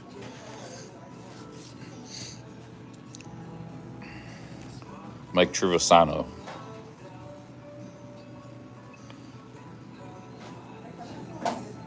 Triv, yeah, it's Triv for short. Yeah, he just passed away like last year. Yeah, I'll be headed out in 5-8 minutes here. I'm just trying to get a little more charging. It's 5:47. I'll head at 5:55. There's going to be a lot of people showing up Cabo and sexy bars. You've been promoting that for a long time all over. There's going to be all kinds of people showing up.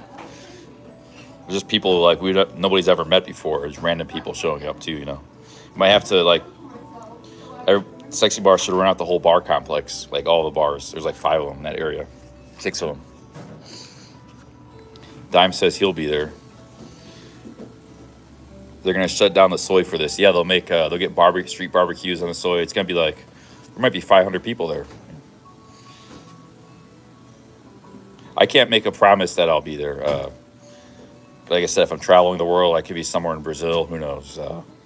I mean, I can't make a promise I'm gonna be there, but I know there's gonna be a lot of people there. If I start this around the world trip, I might be in Latin America during that time. Do my daily vlogging. But if I started the trip in Asia, I could be there. If I start in Vietnam and stuff. But so.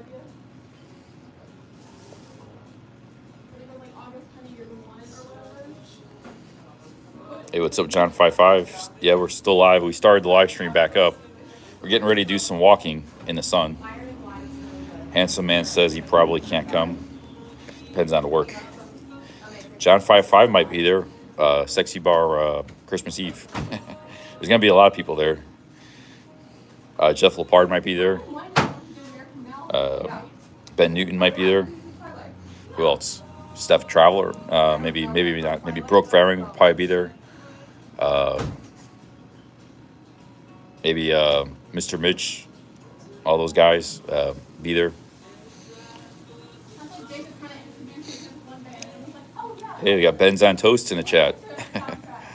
Thai lady in the chat. Hello.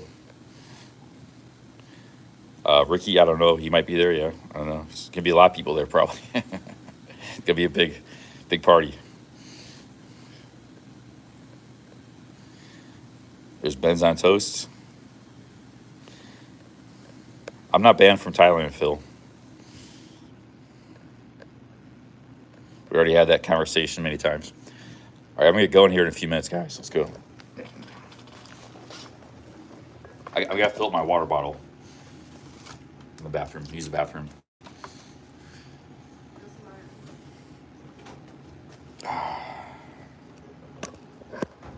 Be back in 2 minutes.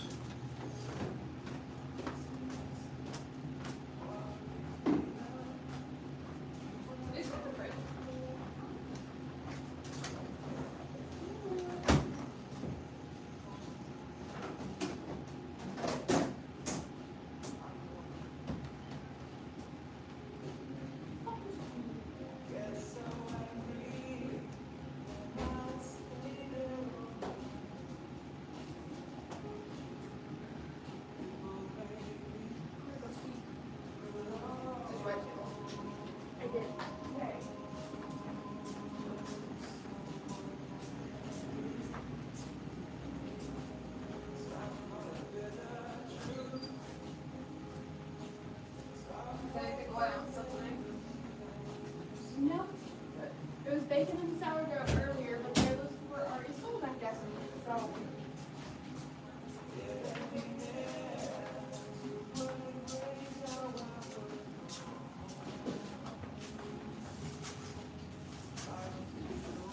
A feather?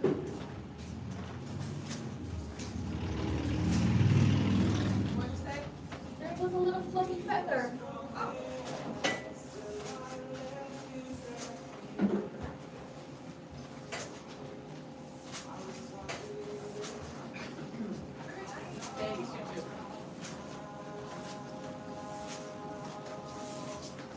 Have a great night. Thanks, you too.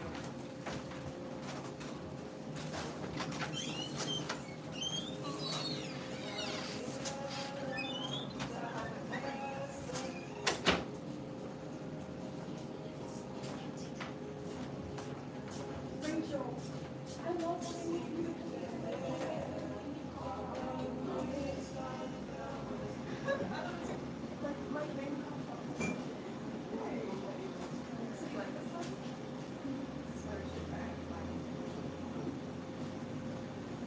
it just gives me great vibes. I don't know.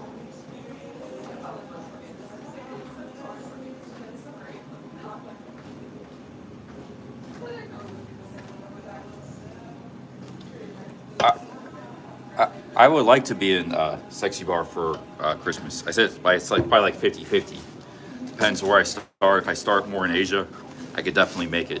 But Depends where I'm at in the world where I start traveling. It's still a long ways away, so.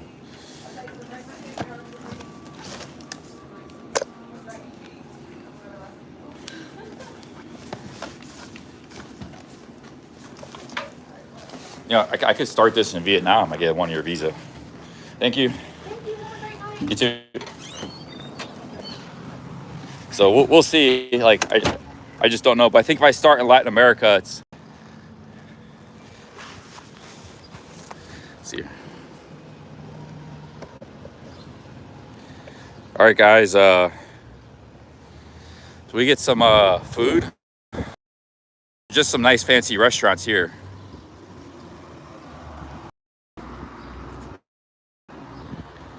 Yes, Sawadee would be there. There's gonna be a lot of people there. I've lost 30 pounds. Not that much, maybe 10 or 15.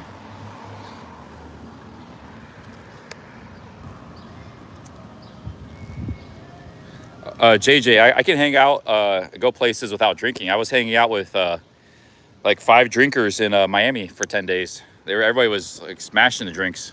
The drinking is not a factor to me. It doesn't matter if people are drinking or not.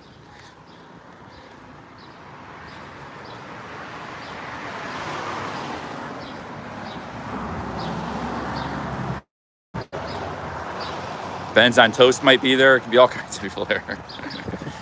Quan and be all sorts of people in at Sexy Bar. Just Christmas Eve.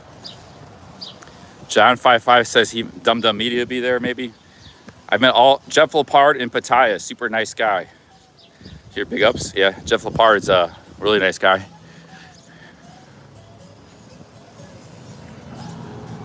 All right, here we go. We're gonna get back hiking again. We got a lot of miles to do. I got my battery about charged up to 85-90%. Greg and Michelle, I don't know, are they going back to Thailand? They said they haven't been there in 10 years.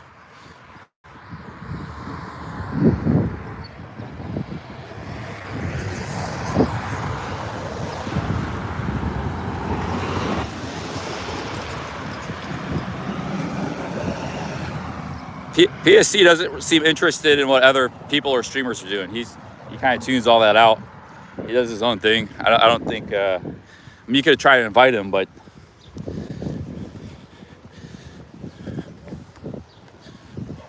that would be cool if he goes too. I mean,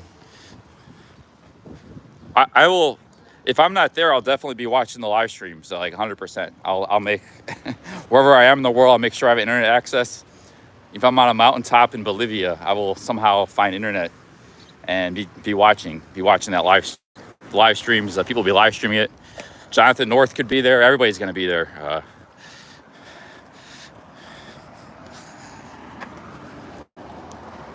Hell, I mean, Chuck Wow might even be there. He might even show up, make an appearance. I mean, I feel like something big's going to happen there, like something like that, like him making. I'm not saying that was going to happen, but I wouldn't be surprised if something like that did happen.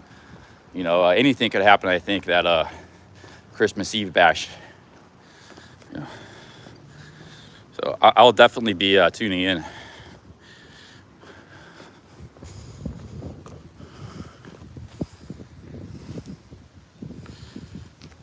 Yeah, I sort of need some dinner. Might get some dinner later.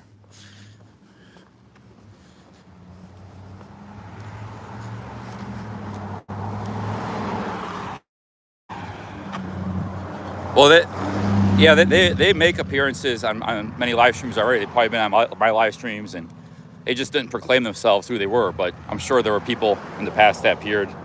Same on Tom's live stream. So yeah, I'm sure there'll be all kinds of people there. Should be pretty epic.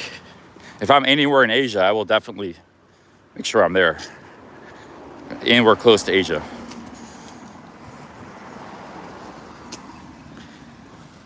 Yep, still in Ohio.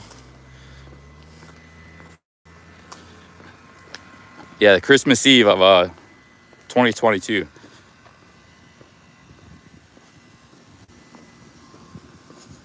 Do I think it's a conspiracy theory? Yeah, I've thought about it.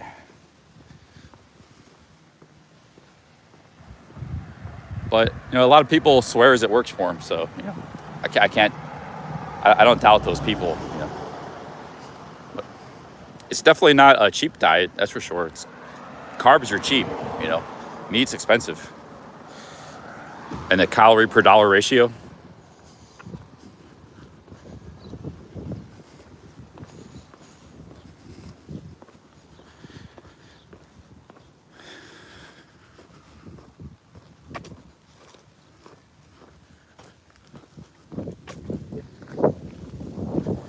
Where is Cabo now? He was here in the chat. He sent a super chat earlier today and yesterday, and he's here in the chat.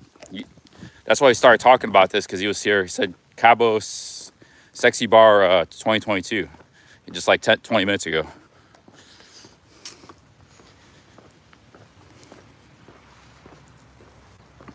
He's probably in Mexico. Probably still in Mexico, because he sent Mexico pesos.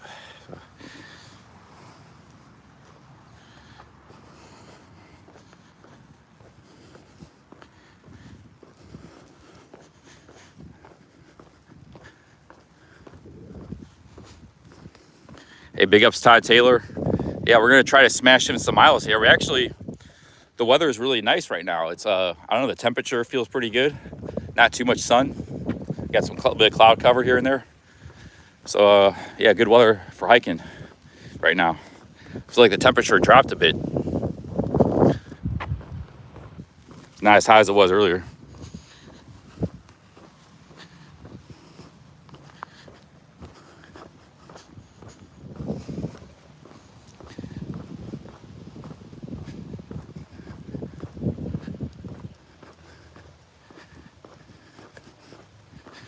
Beautiful land in the area. Yeah, broke Faring. He has a whole entourage. I mean, I'm sure all of his friends are going to be there. He's got a lot of, you know, Am's going to be there. What's that? Those ladies' names? There's two ladies. They live stream on Twitch actually. I forgot their names. Yeah, they were living with him. It seems like in Isan, and they were live streaming every day. Yeah, Nancy and the other lady. Yeah, I'm sure they'll all be there. Hey, we got Truth Warrior in the chat. Big ups.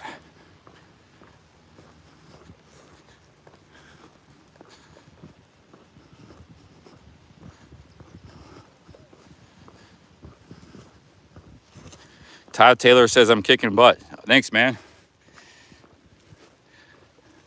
I think, you know, what I've been doing has been good for endurance, but not much for, like, you know, there's different aspects of physical fitness. So there's like muscle strength, bodybuilding.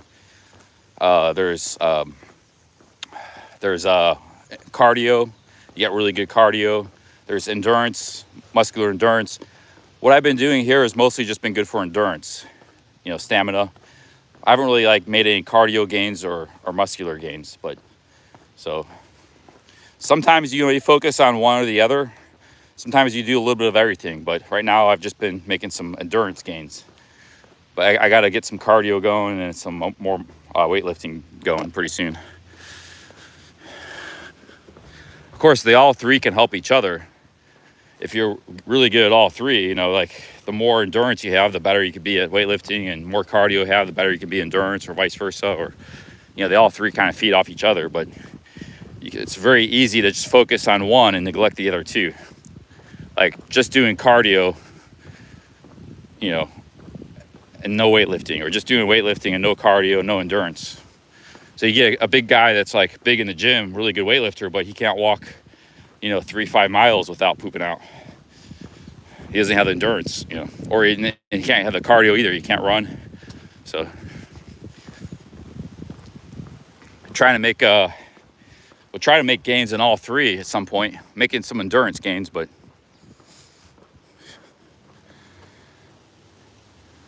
got a bird.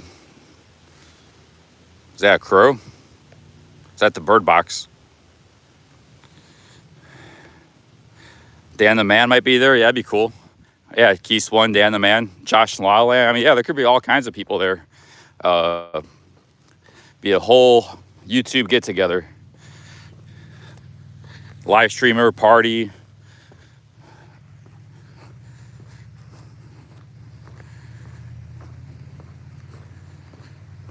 Sean, yeah, I would try to get Sean to go. If I'm not there, hopefully Sean could go there in my place. If I'm not there, you know, if I am there, we'll both go. I will insist Sean goes, but get on his case, make sure he goes. I don't know my future plans. Like I said, for me, it's like 50-50. If I start my around the world trip in with Latin America, I can't really jump and try to travel and document $1,000 a month. I can't just jump over to Thailand. But if I started in Asia, then maybe I could. You know, I'll be there. Handsome man says he might quit his job just to go.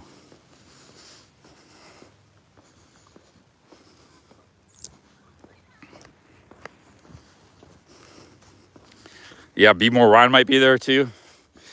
I think Be More Ron should be there. Like if he's still in Thailand, him would be awesome.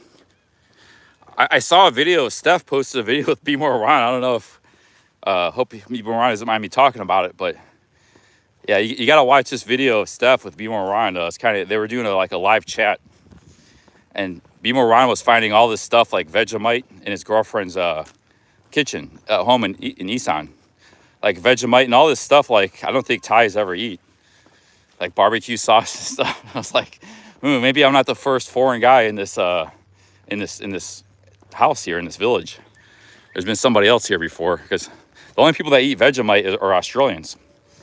So, hey, Lefty, all around, big ups. Thank you for the 5 Canadians. Cheers, Lefty. Thank you very much for that. Lefty all around in the house. You're saying Ron eats Vegemite, or he just did it as a kind of a prop?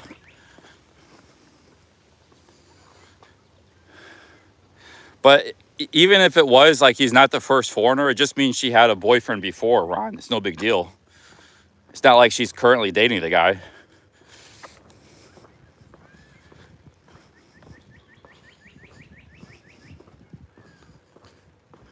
Yeah, maybe he did buy the Vegemite. Big ups, Lefty. Thank you very much. Thank you for the 5 Aussies, or the 5 Canadians. My bad, 5 Canadians. Internet Monster said she was married to an Australian guy. Well, yeah, that would explain it.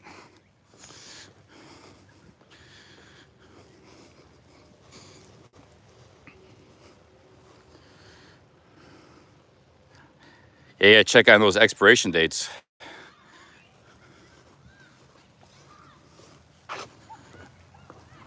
I haven't been following Ron too much. I just caught that video with Steph. Usually he's live when I'm sleeping or something, you know.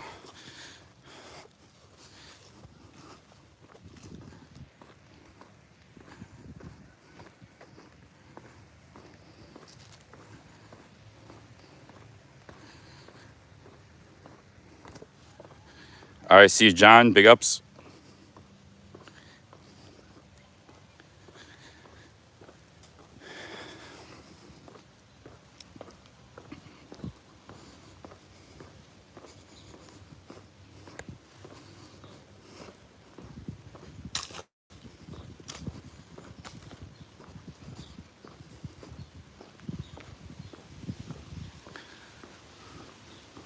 We got 240 in the chat. We're gonna be walking for a while here. I got a ways to walk.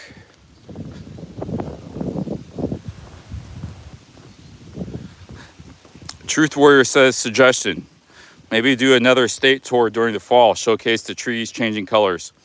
Actually, Truth Warrior, that's a very good idea. I might just like go to another state, even this summer. Like go to Illinois or something, you know, showcase, do the trails there. Or go to like Iowa or something. I might do that. Doesn't even have to be the fall colors, but that would be pretty cool. Maybe check out a whole new state, upstate New York maybe. I want to go somewhere where it's not baking hot every day. Like Ohio is usually not that hot. We've had a heat wave. So I want like good hiking weather. Anywhere I go next. That's probably a groundhog hole. Groundhog. That's the river.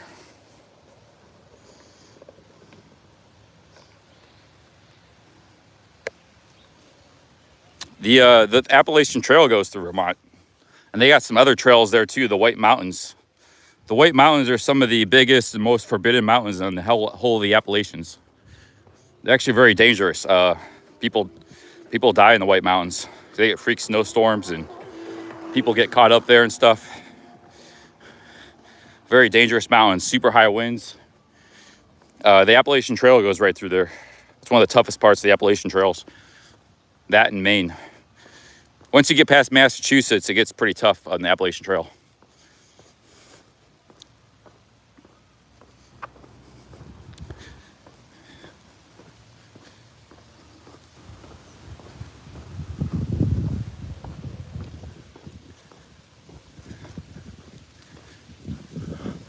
Some big soccer fields here.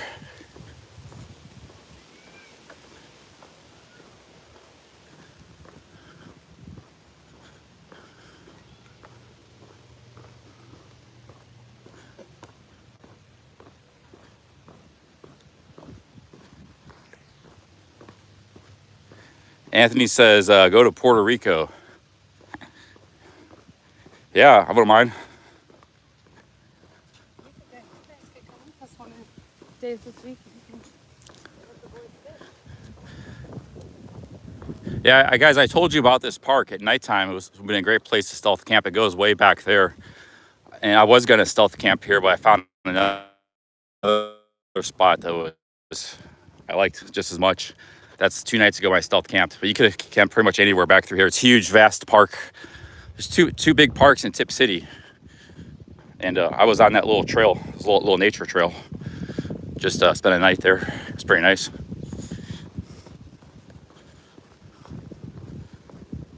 No, I'm headed back to Dayton because I'm wrapping this trip up.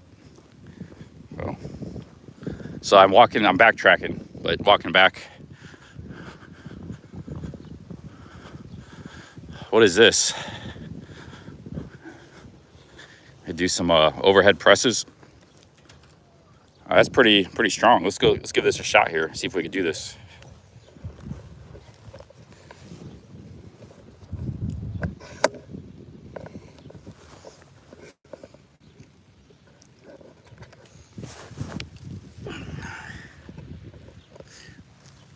I think this works your chest pretty good. Good chest workout.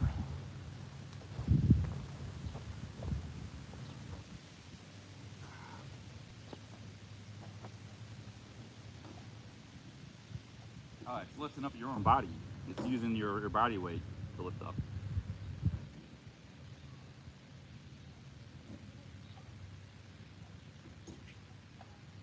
It's like lifting up the seat. So it's not using weights.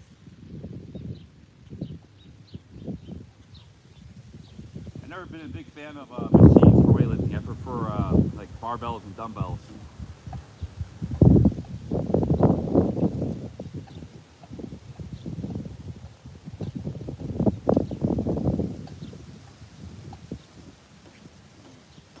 Yeah, you get a good pump out of it though. Pretty good. Good chest workout. I'll do a couple sets.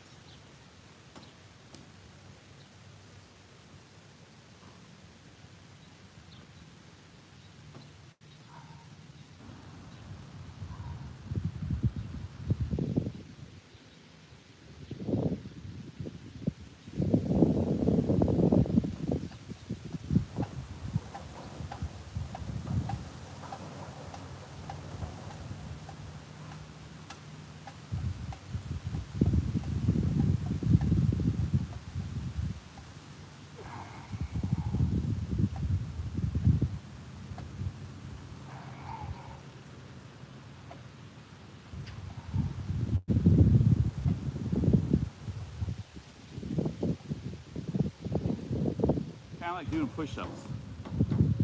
Might as well just do push-ups, I think. But it's a nice little thing to have.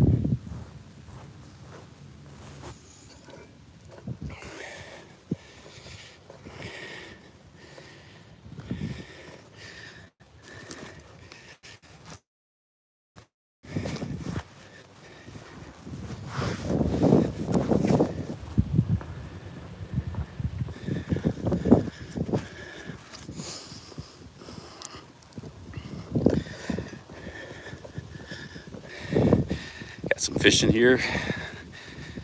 This is the Miami River or not? Nice park.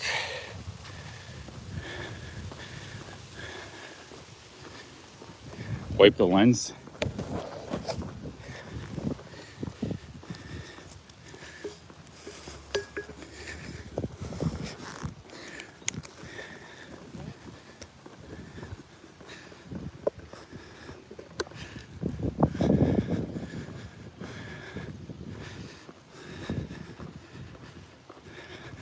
The other side might just be that it looked like it was the same thing. Maybe they got just, you know, extra seat for if there's two people that want to do it.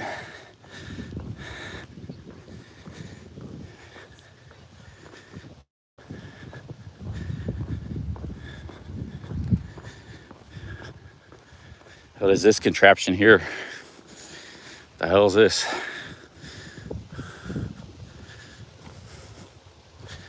Health beat. Advanced steps for ages 13 and older. It's just like taking steps. What is this? Yeah, I don't know. I guess it helps your agility or something if you just for stretching. I told you guys my cardio is not good. Walking doesn't do much for your cardio unless you're walking really fast. Like, you got to be jogging. You got to elevate your heart rate to improve your cardio. And the walking is not really improving my cardio. So, but the endurance is good. You know, I've walked like over 350 miles. That's why I get out of breath quick. It's bad cardio.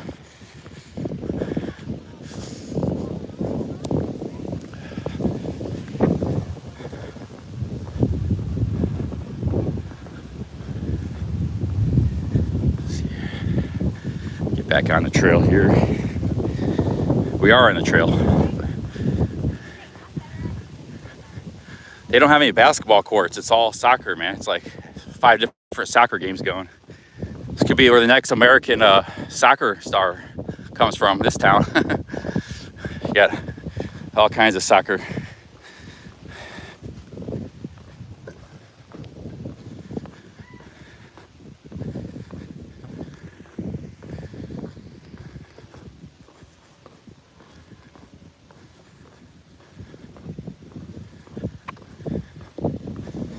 Soccer is American,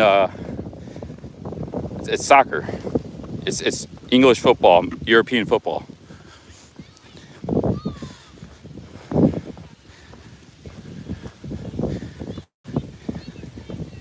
If I was like power walking the whole time, I'd get some good cardio, but you gotta walk about over 4 miles per hour.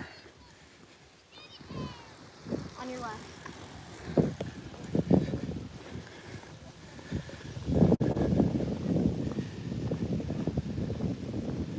It's more, you got a more, even power walking doesn't do much. You got a more jog, like jogging, that elevates the heart rate. You got to sustain it for 30, 40 minutes. I always got good cardio from playing basketball, but you got to do it for a week or two. I just haven't been able to play. I don't have any place to play basketball, so you got to have good pickup games. In America, it's called soccer, so we always call it soccer our whole life.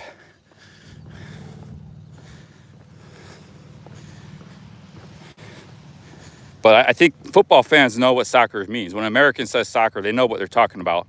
They just don't like Americans using that word. But if you ask every single one of these people, the soccer moms, all the kids playing, you ask them what sport they're playing, 100% would say soccer. Not a single one would say football. I guarantee that. 100% would say soccer. So that's what we say in America, is soccer.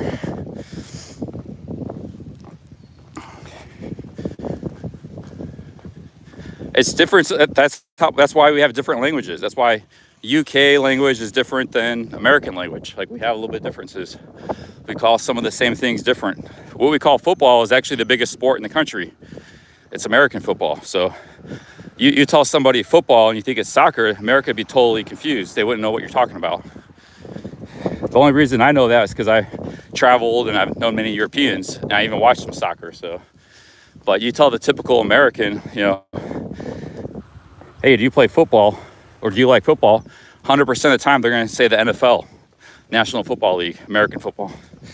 So soccer is one thing, football is another thing in America.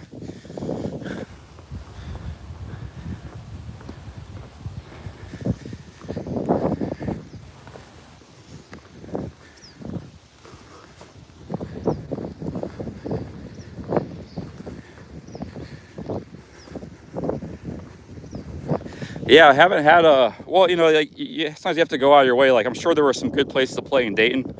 One thing is it's been pretty hot for basketball, you know. But yeah, you got to go look for the basketball courts. I just happened to stumble on that one, New Philadelphia. That was good. That was a good court. But that was a great court, actually. But yeah, they're around.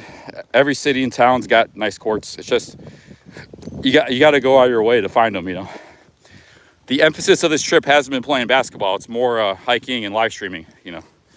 That's been the emphasis. So I haven't like been concerned with trying to find basketball courts everywhere. If I went to New York City, I could probably do you know, like basketball stream every day and get in shape, cardio that way. Get cardio.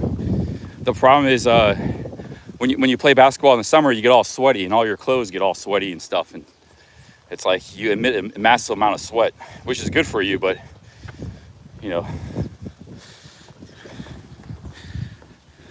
No, I can't dunk. Not close. I don't have a very good vertical leap.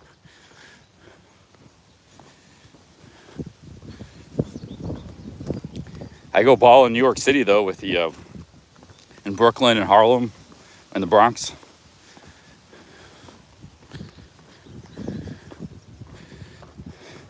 We had good players in New Philadelphia, though. There were a couple of guys that played for college. They were on the college team there.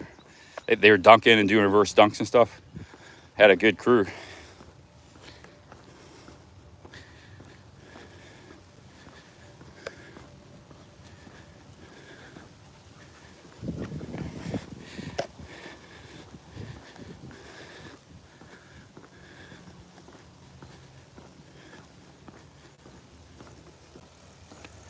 Yeah, that New Philadelphia court was actually one of the better pickup courts I've ever seen anywhere.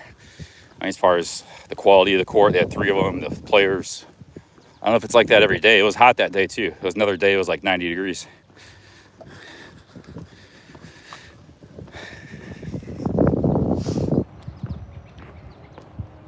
They got basketball in Pattaya now. There's a court Dum Dum Media plays at and stuff. There's a court right by Pratimnakhil, and that's an area of town I always go through. So it's like right, it's not, because I used to have to drive like 20 minutes to get out to the old court.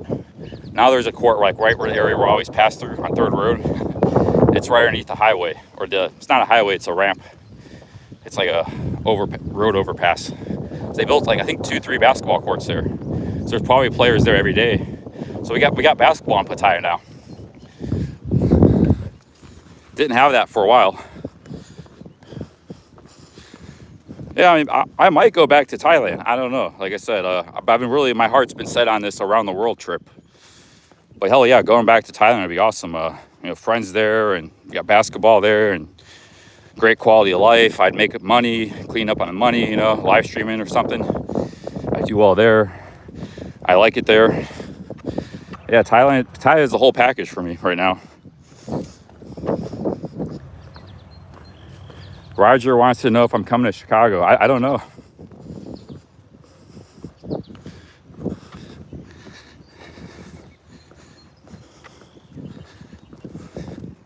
Thanks, Jimmy Hoffa. I take that as a compliment. I'm playing without good cardio and power and energy. If I get in shape, I'm better on defense. A lot of hustle play.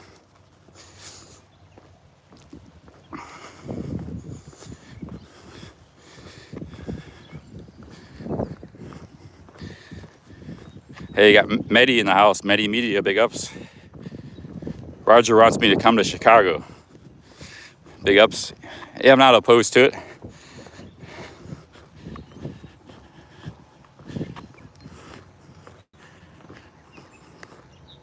Hey, what's up, Greg? Greg in the chat.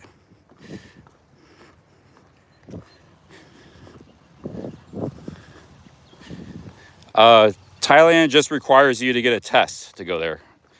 So you have to have a positive or negative COVID test. That's the only thing right now. They got rid of everything else. Yeah, I'm gonna think about things next week or two. Put a lot of thought into stuff.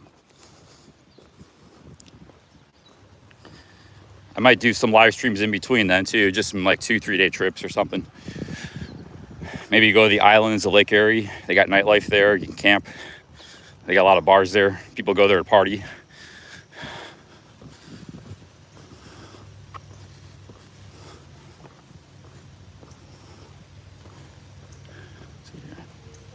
All right.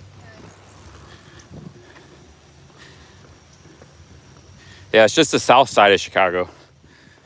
It's kind of rough. Chicago has a bad rep. I don't think it's that bad. It's just the south side is kind of rough. There's actually nice neighborhoods in the south side too. Like back of the yards is a pretty cool neighborhood. That's in the south side.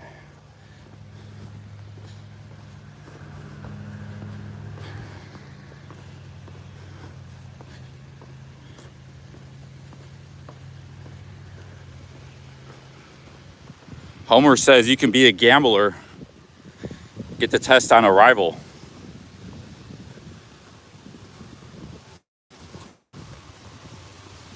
Yeah, you just fly, like, will the airlines let you fly without a test? That's the problem, is the airlines enforce all this stuff. I haven't been following the whole visa travel situation in Thailand, the last couple months. So yeah, any information here is greatly appreciated. And I'm sure other people in the chat would like to know too, if you're following that and you know what's going on. If you test positive, they're gonna quarantine you probably. If you get tested on arrival, then you gotta pay a bunch of money for the quarantine. And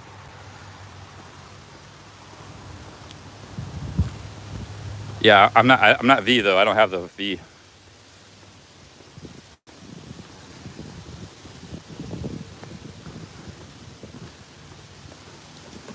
Iceman says back in the yards is in the shootings all the time. Oh, really? It is? Huh. Used to be a nice neighborhood. I mean, like just a good neighborhood overall. Not like posh or wealthy or anything, just kind of a working class neighborhood, but urban neighborhood,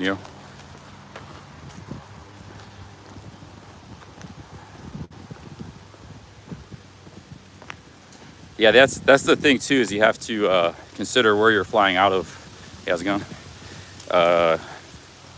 You have to consider, like, it might be better to fly to Europe first, then fly to Thailand, or fly to like Turkey or something, Istanbul, then fly from there to Thailand, break it up. They might not be as, that's what I'm saying, like, you need the information how to get into Thailand. Or you just like get a test here in America, and as long as you pass it, then you book the ticket for 2 days later, a day later.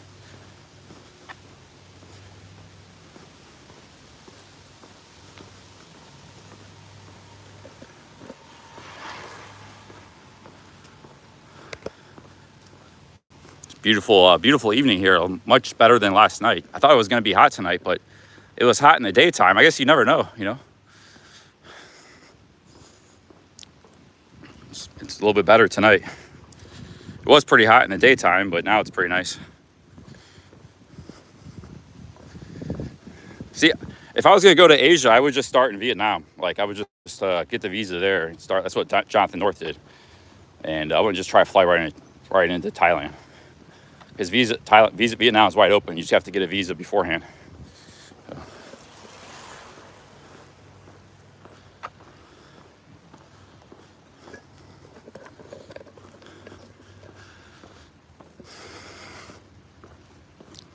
And Vietnam is a country I like too. I want to travel to Vietnam, so I wouldn't be just going there just because it's open. Well, I did check the weather. They said it was going to be like 90 degrees tonight. Doesn't feel like it.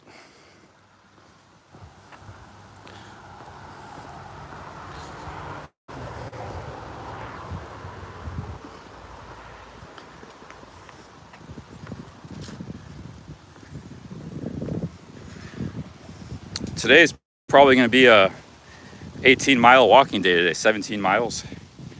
Pretty good walking day. No, it's gonna be 90 this evening, like 6 p.m. or so. And it was gonna be in the 80s at night, like at 9, 10 p.m. It was gonna be like low 80s. Like not camping tonight.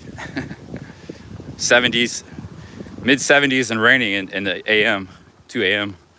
Yeah, it's gonna be a rough night for camping. That's what it said in the forecast. The forecast has been really wrong day to day. Like I said, it was gonna be kind of nice and cool, and it was actually really hot. Everything's skewed towards heat. So they keep predicting it's gonna be like cooler temperatures, but every day it's like actually really hot. And tonight's like was supposed to be cool temperatures too, but it's actually really hot tonight.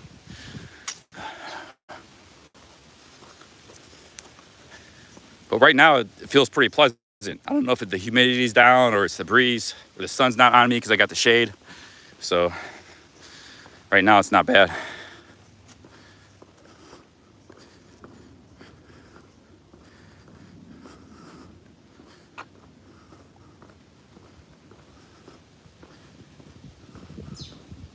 Friday with Mateo, he's a Vietnam expat. He says Vietnam is great right now, kicking like a kung fu theater.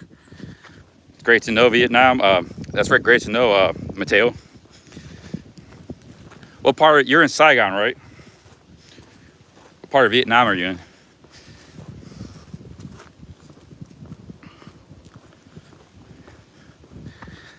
Yeah, I got some brainstorming to do, figure out what to do soon, my near future. Next week or two here, after this trip.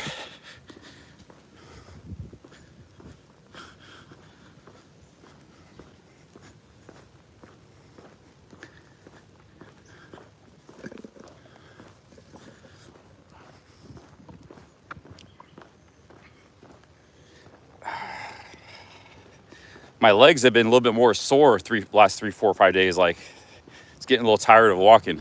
I was hitting a good stride where I was like knocking out 15-mile days, no problem. My legs were feeling great, but like the last 4 or 5 days, seems like they're getting kind of weary of all the walking. Still not too bad, but probably could use a rest. My feet are pretty good.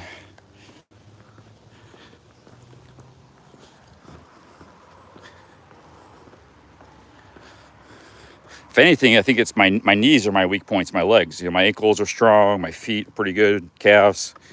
It's the knees, I think, are the weak points, which knees are weak points for a lot of people. But they're not bad. I mean, they're not like where I gotta get knee replacement or something, but one day I might, you know, in the 60s or something. But the thing with the knees is that like the more weight they gotta support, they're kind of weak points for a lot of people. I wonder how you can strengthen the knees. Because sometimes when I do squats and stuff, it's kind of like they're not as strong as they should be. Like I hate doing lunges because of the knees. Puts a lot of pressure on the knees.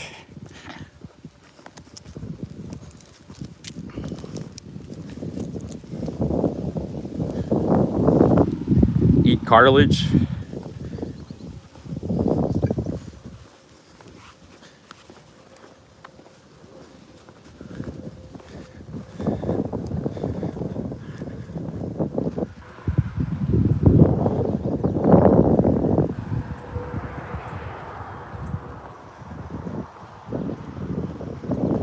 Got some power line side of the game here with the cornfields.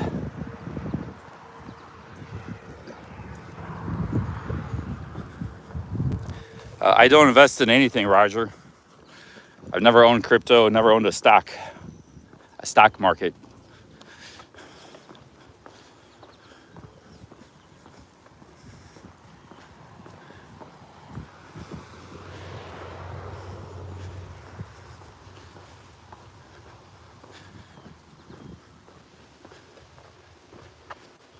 You're saying I shouldn't camp there by the power lines?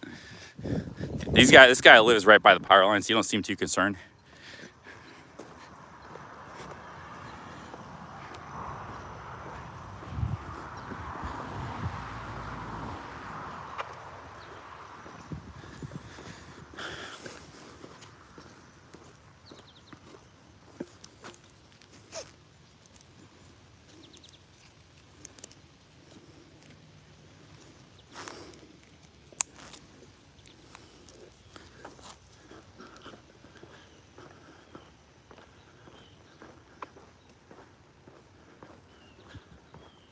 We got blue, yellow, and green here. Beautiful colors.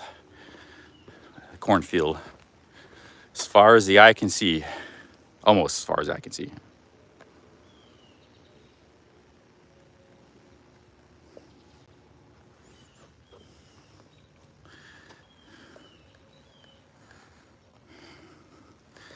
Yeah, that's why I think it's not worth like putting on a lot of upper body weight, because it slows you down. It's more pressure on your legs and knees. You lose speed and agility, especially as you get older. It's more pressure on your hips. It's like you make a lot of sacrifices putting on upper body weight muscle and weight. But yeah, better to be lean and mean, like Bruce Lee.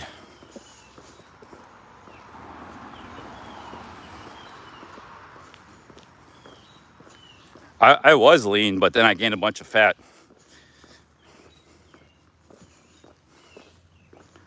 I was like, when I started vlogging, I was 175, 180. I've been like 215 the last couple of years. 210, 215. Slowly been going up, you know. It goes up slowly, but that was 5 years ago. It goes up 5 pounds a year.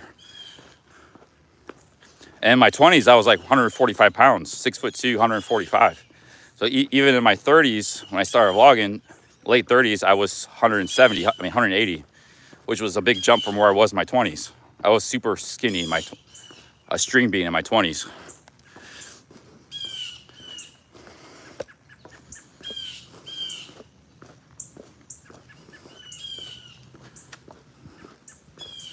Blue says he's 6'2" and 185. Yeah, I've been like 210, but you know, a lot of that's been fat.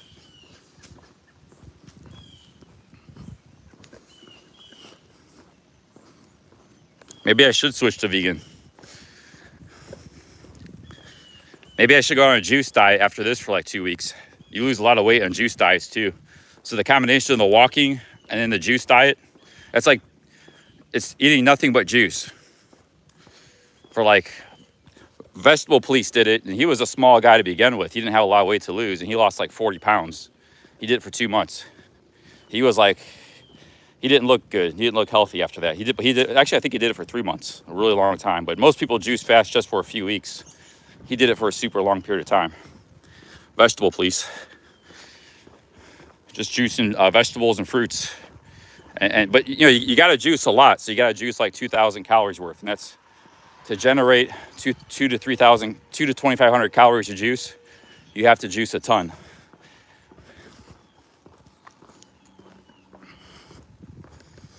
So it's not like you're not getting calories. You're still getting your calories in, but it's all in the form of juice, fresh juice. It's not store-bought juice either. You got to have a juicer to do it.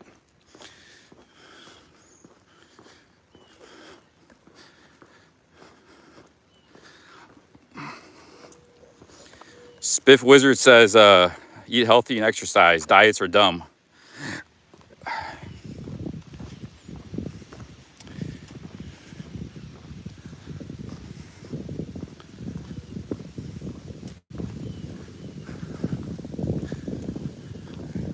Next bench I see, I'm going to sit down and drink some water. We need a little water break here for a few minutes.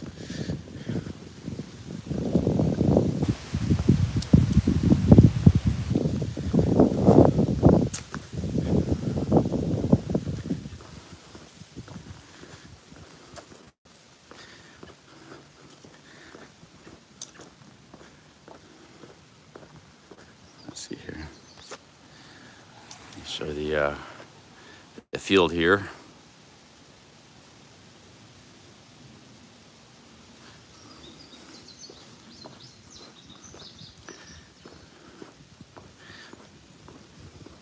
How far to the next destination? I don't know. We got a ways to walk, so I could be alive for a while walking here. Next few hours. Got a long ways to walk. Might be a 20-mile day today. I had 10 miles in before 11 to 10 before the coffee shop. Could be another 9 to 10.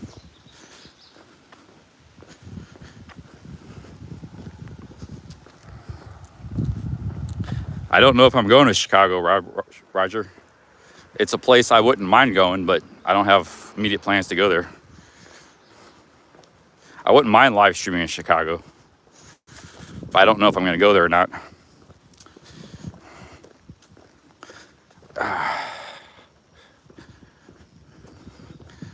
Thank you. Yeah, I don't know if I'm going to do 20 today. I've had probably about 13 in it right now. 15 is getting pretty easy. And it's still hard, but 15 is real doable. 20 is pretty rough. Best day I had was 24. Then I had like 4 days where I did close to 20 this trip. The rest are all around 15, 13, 14, 15.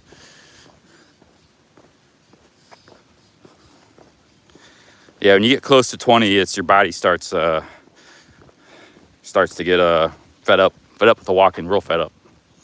Stuff starts breaking down. At least for me. And there's guys that do the Appalachian Trail, they average 30. But they're like greyhounds, you know, they're like they're just built for it, and they've been doing it for a long time. IB Tat, he's done 8,000 miles, the Triple Crown in America of hiking. He says like doing 30 miles, hell no. You know, he's like he just takes his time and goes down the trail. He's not like for doing massive miles, but his average was probably like 15 to 20 on those trails, you know, which is kind of what I've been doing. Full day of walking. And some days you take a 0 day, you don't do any miles, you're resting back in the hotel. You know, you're cleaning up and washing your clothes, stuff like that, resting up a bit, trying to solve an injury, help, you know, let an injury heal up. So yeah, anything over 20, it's really pushing the limits. But like I said, there's guys that are built for it. Their legs are super strong. They got hardly no upper body mass, and they're just like greyhounds. You know, they got good cardio. They could go 30 a day, 30 miles a day walking in the trails, hiking, which is amazing. You know. But 30 is about the upper limit. Even if you're like total badass, if you could do 30 miles a day hiking, that's amazing. Doesn't get much better than that.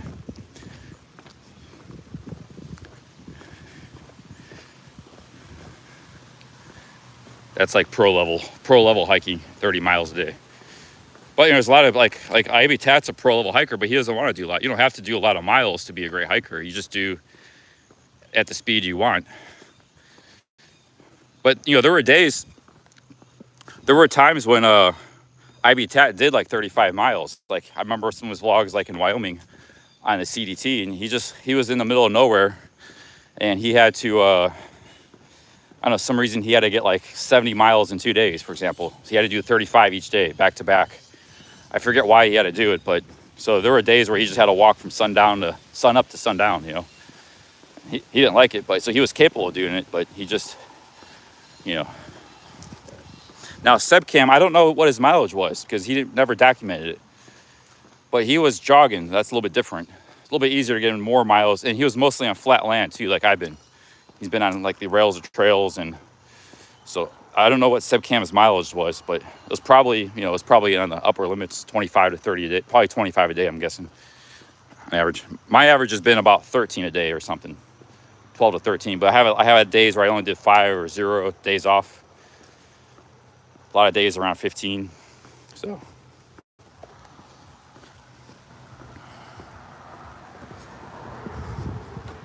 Yeah, it could have been a water resupply. That's true. Ali Irons, yeah, I didn't think about that. Food and water resupply.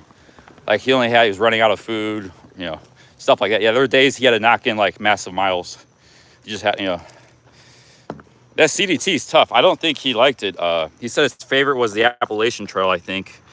Pacific Crest and CDT are very brutal trails, like a lot of deserts and open areas of nothing but, like there was a part in Wyoming he did, there was no shade for like 150 miles, 200 miles. Like it was just arid, barren scrubland, you know, no trees. It's like,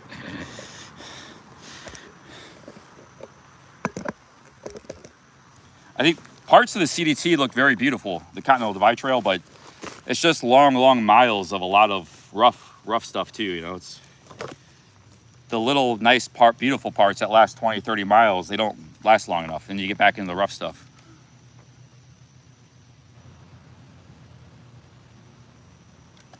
CDT is like that gets the least amount of hikers. The Appalachian Trail gets the most, is considered the easiest, most beginner friendly, it gets the most people. Appalachian Trail is still very hard, but The CDT is more for hardcore extreme hikers. Like you really have to know what you're doing and be pretty good. There's grizzly bears on that trail in Montana. There's all kinds of bears. You're out in the middle of nowhere for days and days at a time. There's parts of the trail with hardly any water. You know, sometimes you got a week or two between towns, resupply. You know, it's yeah, you gotta be really. You got mountains. You got to go through Colorado and like giant mountains and hike through, and you gotta be really, really good to do that trail. He did all three. He did the Appalachian, the Pacific Crest, and the CDT. The Pacific Crest is pretty hard too. It's almost as hard as the CDT, but it's a little more popular because it goes through California and some very famous areas and stuff. So like goes through the Yosemite National Park. So it gets a lot of West Coast people do it, want to try it and stuff. Whereas the CDT goes through a lot less populated areas. It's just in the middle of nowhere, New Mexico and Wyoming and Montana and Colorado. If you do all three, it's called the Triple Crown of hiking. 8,000 plus miles.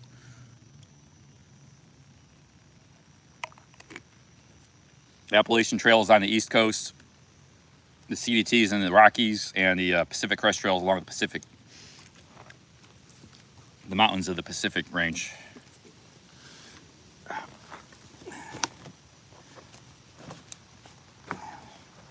He vlogged each trip too, man. He's a huge inspiration. Him and Sebcam are just like my favorite all-time YouTubers. Yeah, they got mountain lions, wolves up there. They got all kinds of stuff in the CDT. But well, everybody claims, yeah, the AT can be very challenging too, but it's shorter. For one, it's shorter. It's only 2,200 miles. Those other two trails are 3,000 miles. So it's 800 miles easier to complete. You got more towns, you know, it goes through more populated, so it's easier to resupply. Water is not a problem on the AT, you know, because there's always streams and it's very easy to get water for the most part.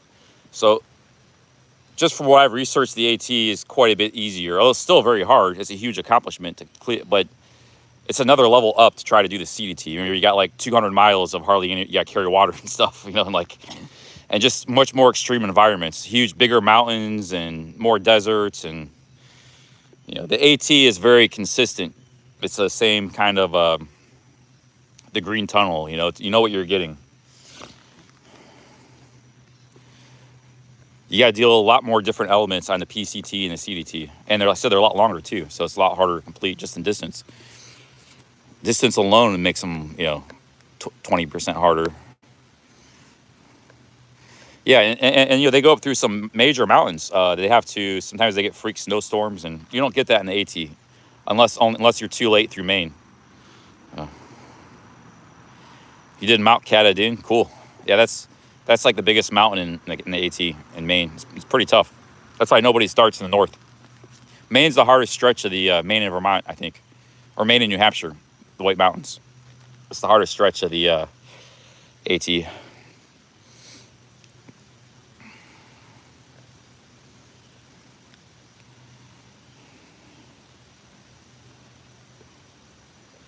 No, they're all a lot harder than what I'm doing. I'm just, this is just kind of a preparatory hike. This is all flat and stuff. I got towns every 5-10 miles. I even had to go to the bathroom in the woods, like number 2 once yet. I've always been able to find a porta potty or a town. You know, when you're out on those trails, everything is difficult. Showers, bathroom.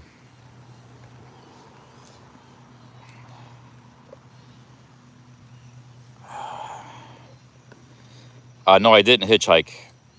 I tried for a minute, but I have bad internet connection in this spot, so I think I gotta keep going.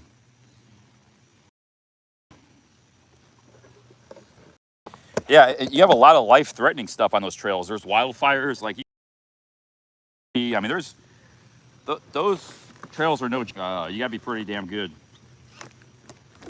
to do the CDT or the PCT. The AT is very tough too, but you got a lot more room for error, margin for error. A little more beginner friendly.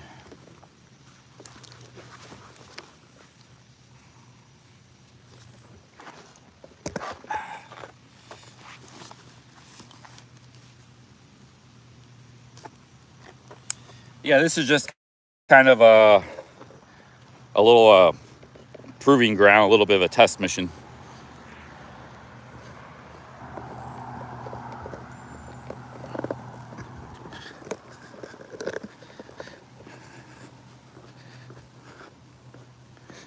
All right, let's get back. You know, I learned about some of my gear. I didn't want run out of water one time this trip. That was good. Had the water balance maintenance pretty good. I ate a cold soaked meal once, so one time it was good. I camped, got a little more confidence in my camping. I camped 6 times. I made some progress this trip. Learned quite a lot. Yeah, the internet wasn't very good in that section. It was popping out. That's why we're down to 150 in the chat. When the internet kind of drops out a little bit, the chat numbers go way down. We were at 200, 220 actually.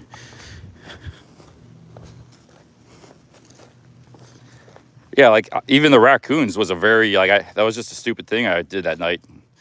I had a big lesson that night, you know, it was a big, very life learning lesson there. I won't make that mistake again.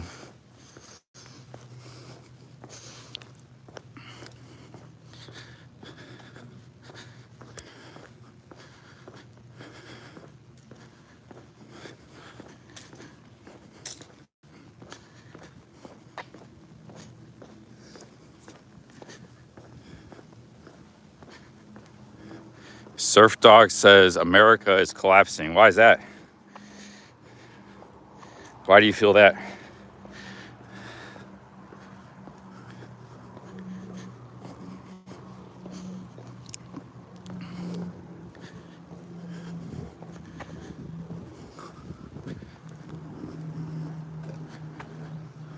CC, do a Chagrin Falls stream after I return home.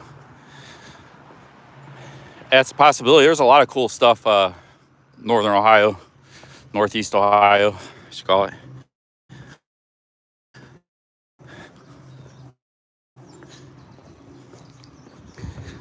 Oh, Cleveland in the summertime is pretty cool. And we do some Cleveland streaming.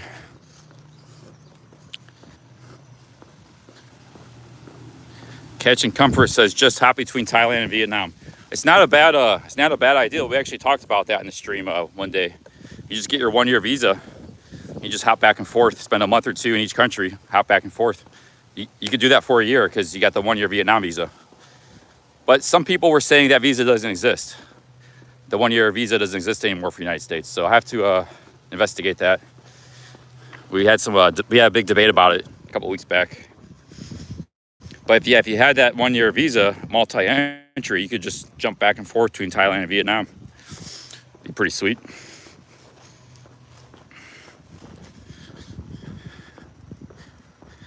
I did some research that 1-year visa is available again to Americans. It's only available to American citizens though. That's why a lot of the confusion is coming from. It's not available to UK or Australia or Europeans. For some reason they had a special visa for Americans. They get a 1-year tourist visa, multi-entry. And apparently I had some information that was already back. So you just got to go get it. You got the 1-year visa, multi-entry.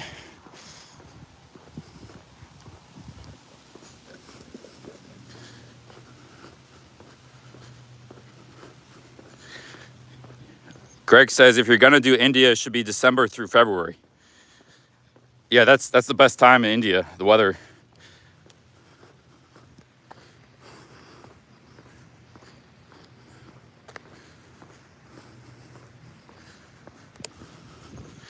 Yeah, travel is a very popular topic on this channel. A lot of people are current or would-be travelers or past travelers or all three.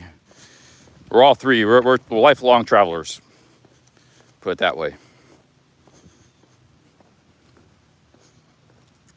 Why is it the only time, Greg? That's only like 2-3 months out of the year. You're saying you can't go there in October or September? I mean, I know the summer is very hot there, but I think, who's that guy? He's there. He's that Swedish guy. He's a pretty good vlogger. He's in India right now. He was in Mexico for a long time vlogging.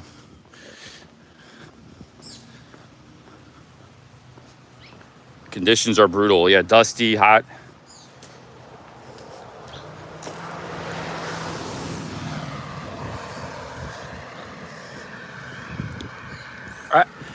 When I'm traveling, I do kind of want to go places where it's peak season, you know, like where there's other travelers. I don't want to go to India when when it's really hot and nobody's there. So I do kind of want to go during the high season, even though it's a little bit more expensive. But at least you get the camaraderie of being around meeting other travelers, you know. You're not going just full local, only around the locals 100% of the time for days and weeks on end. Full on immersion. Crowd beyond belief. Yeah, I know what you're talking about. Oh yeah, Michelle Ponte is there. There's another guy, William. Oh yeah, William his name is. Yeah. Oh yeah, he already left to Thailand. Yeah. What was his YouTube channel? That William guy from Sweden. I really like him. He's a really nice guy, good vlogger. I left comments on him. You know, he's always. I forgot his name. William. But what's his YouTube name? No, he's from Sweden. He was vlogging in Mexico for like 1.5 years. He's a travel vlogger. But he went all over Mexico, like every little beach town, and vlogged it. He's a really good vlogger. William Toddy, and that's his name. William Toddy, and that's the name of his YouTube channel. That's it. It's spelled Taudien. William Toddian. Yeah, he was in India for about a month. Now he's like traveling the world, but he was in Mexico for a long time. No, William Toddian. William with a W. Yeah, he had a hot girlfriend. She was half American, half Mexican. Great body. She was a vlogger too, but she was in a lot of his vlogs. She was Irish, American, and Mexican. Very beautiful lady. William Toddian.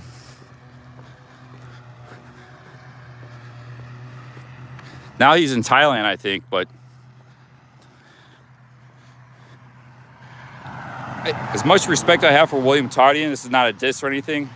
It's just that he's a newbie, and others, when I see the newbies in Thailand, they just don't know anything. It's like they kind of get funneled like to the Sukhumvit, the same area. I've seen this, like even like a street photography guy I filmed. So they just don't. So like, you know, I don't really watch his Thailand vlogs, but his Mexico stuff was great. His Sweden vlog was very good. When we return home is, you know, India. But then when I see Thailand, just because I guess you can call me a know-it-all, like just because I don't know. I just I guess the Thailand vlogs can be interesting just because to see the perspective of a new person there, you know. Hey, how's it going? It's completely different perspective than guys of us that have been there for years. I got some allergies.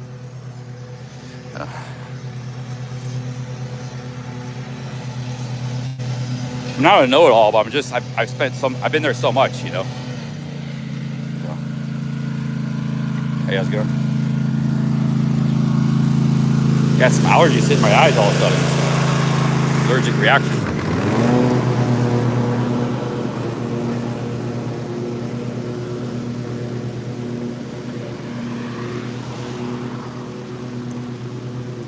But Toddian is William Toddian is an excellent vlogger. He puts a lot of work in his videos. He's a very nice, pleasant guy. He's informative.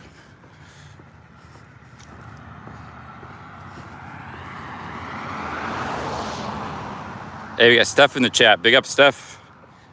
I always like when other YouTubers come by in the chat. Even ones that give me a hard time. Steph, Ben, what's up, Pattaya, John55, Ryan Life, Shoe Nice was in yesterday. So, always appreciate other YouTubers. It's not easy being a YouTuber. And only another YouTuber can understand that. So we have to respect. It's like a fraternal organization. You know, other YouTubers got to respect and support each other.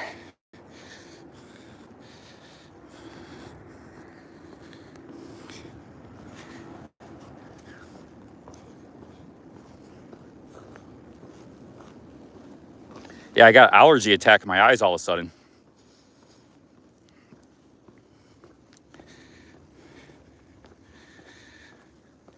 Yeah, William Toddy has been one of my favorite travel vloggers last couple of years, in the top like 3 guys I've been watching. I mean, guys who are actually, you know, traveling overseas. The top overall the last couple of years I've been watching was Seb Cam and IB Tat, and they've been in America. So that just shows you, you know, you don't have to be going to exotic destinations to make good content. But yeah, Toddy, and I was really following him in Mexico a lot. He had great content. Okay, Steph's going stealth camping. All right, awesome, man. You have a good time. Have you heard of this guy, David Bond? Yeah, I've met him and hung out with him. Actually, we both made some videos of each other. 2017.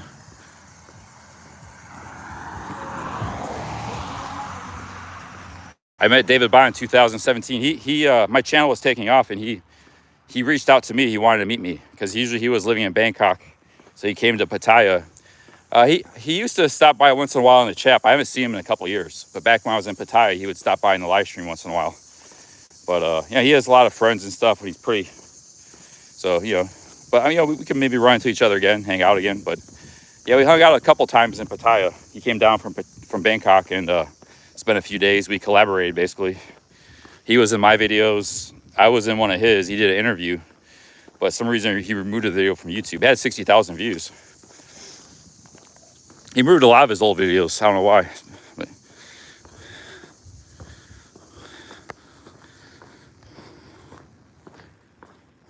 no, but now I actually got I got some kind of allergy hitting me, my eyes. So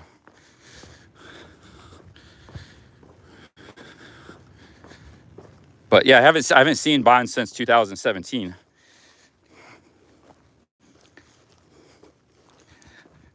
He's a guy I follow, but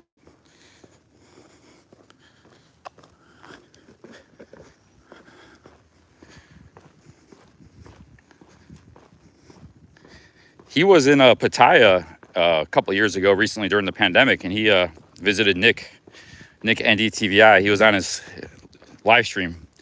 He was hanging out with him and did like an interview with him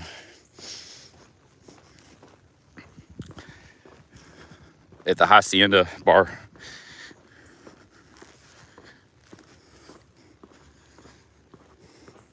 I haven't had allergies all trip. All of a sudden, just something like last 20 minutes started hitting me. Yeah, stop rubbing my face. Oh, man.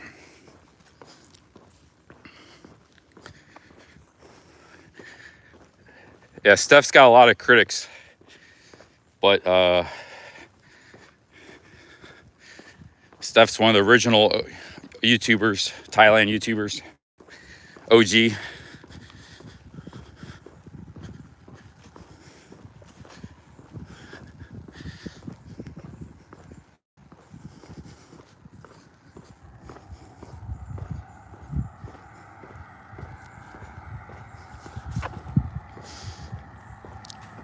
Oh yeah, it was the fresh cut grass. That was it.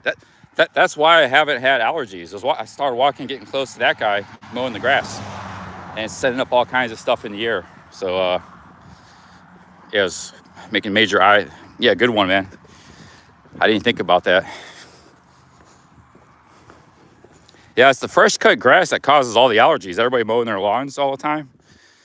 Because I haven't had allergies all trip. Just when I walked by that guy that was mowing the lawn, then I got it. Boom. That's the only why I only ever get allergies in Ohio, because everybody's mowing the grass, you know. But when you're overseas, nobody's like got lawns and mowing grass and stuff. I never get allergies overseas. But it's been a lifelong problem here in Ohio and the East Coast.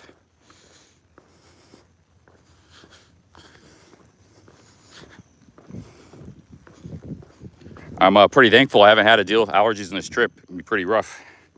Sneezing nonstop and itching eyes and eyes swelled up. Want some coffee says Ohio is the allergy capital of the world. I wouldn't doubt it.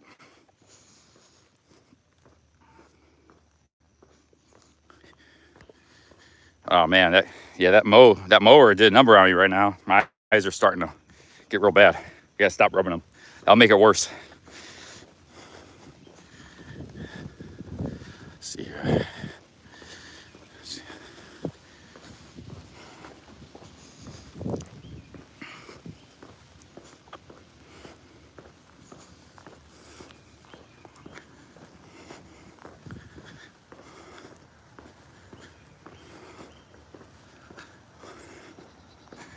Long trail.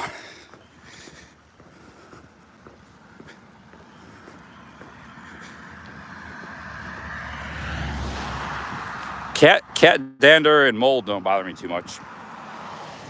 I'm not allergic really to anything. It's just you know, stuff. I'm allergic from mowed lawns. That's why I bought it.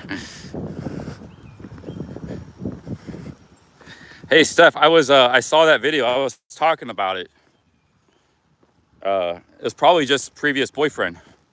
Some people in the chat were saying that Ron just did that to mess with you, like he bought the Vegemite and stuff. But I was actually talking about that video about an hour ago. I saw it this morning.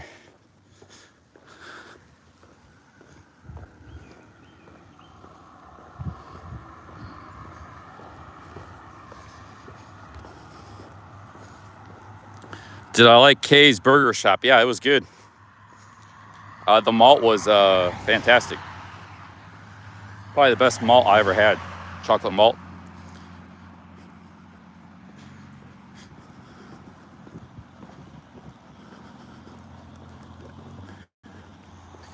Yeah, they were saying in the chat that she was married to an Australian before Ron.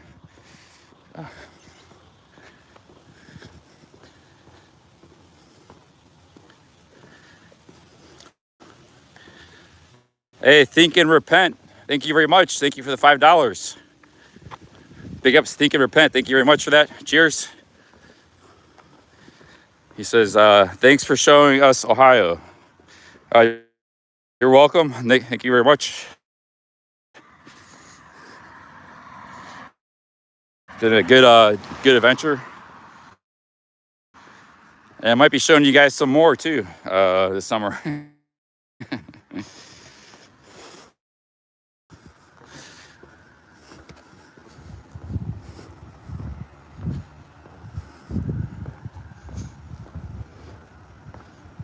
Big up Spices G in the chat.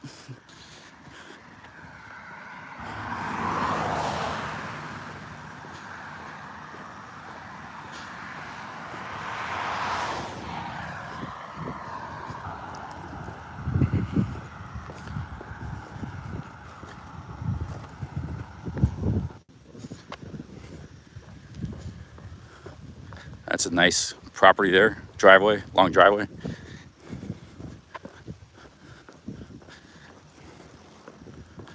How's it going?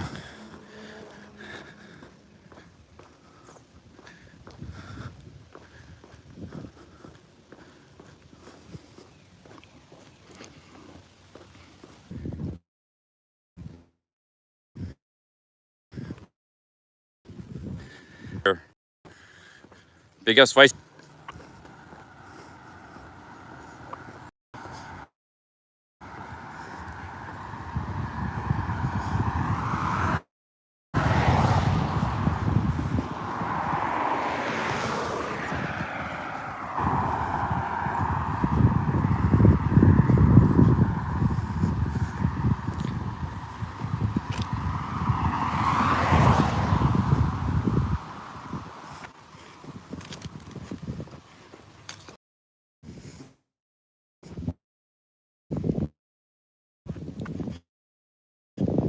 Got a little bit of a dead zone here. Hopefully it comes.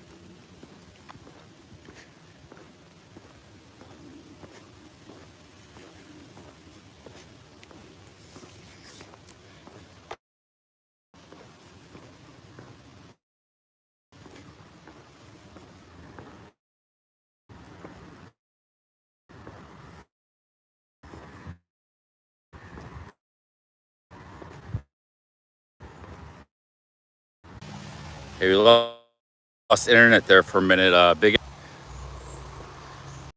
We lost internet. I'm gonna sit down here for me. It looks like it's working. Got a nice little spot to sit down.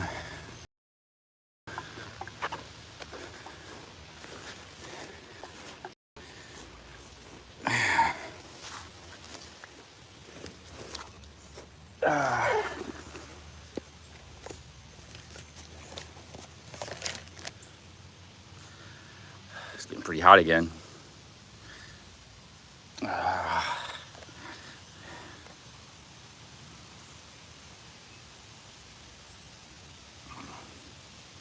Do I like enchiladas? Yeah, I like all Mexican food.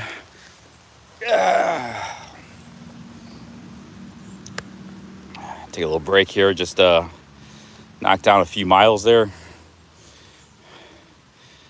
You gotta kind of do your miles in segments, you know. You don't. I'm trying to do 20 all at once. Do 3, 4 here, 4 or 5 there. Take a little break.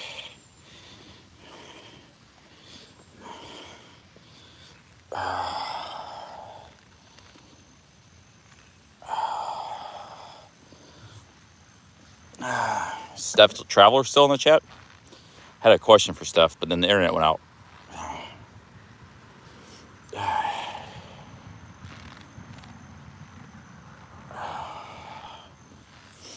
Oh man.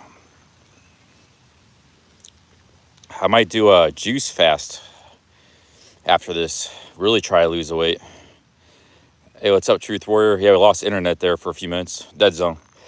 Excuse me. Allergies. When I got allergies real bad, I do that about 200 times, 500 times a day. But I've only had like allergies really bad maybe 2 days out of the last 3 years. Oh, Steph's back. Big ups.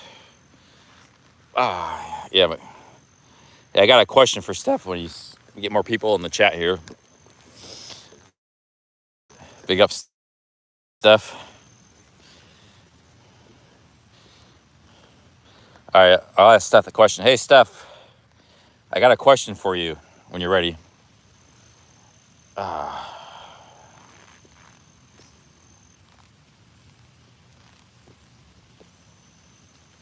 If you want the question.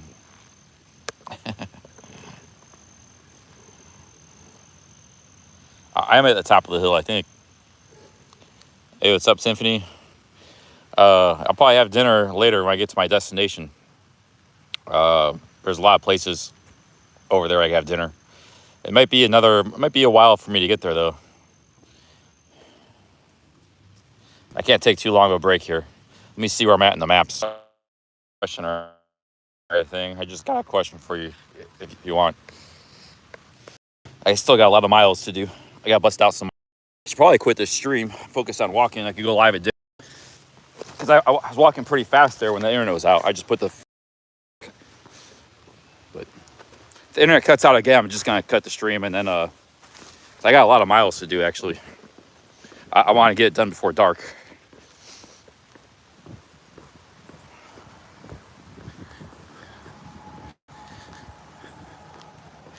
Yeah, we're going to eat somewhere pretty good. Eat a nice dinner today. Big ups, Michelle. I'm going to eat a nice dinner on behalf of Michelle and Greg. Okay, the question, can you at least give me credit for, do you give me credit for all the hiking I've done? I've done a pretty good job hiking. I know you've been giving me a hard time because of the camping, but can you at least give me some props, big ups for the all the hiking I've done? That's my question. I've done a pretty good job hiking, a lot of walking. So can you give me a credit for that? Or I know you've been giving me a hard time with the camping, lack of camping, that is. That's my question.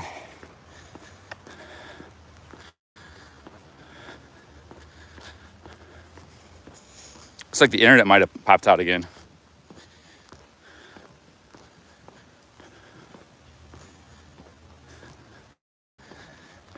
Jim says, don't look for the approval of anyone, Charlie. All right, good point.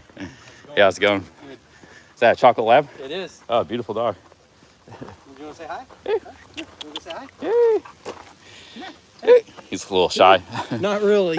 No, it's a big dog. It's big for a chocolate lab. Usually they're not that big. All right, have a good one. Take care.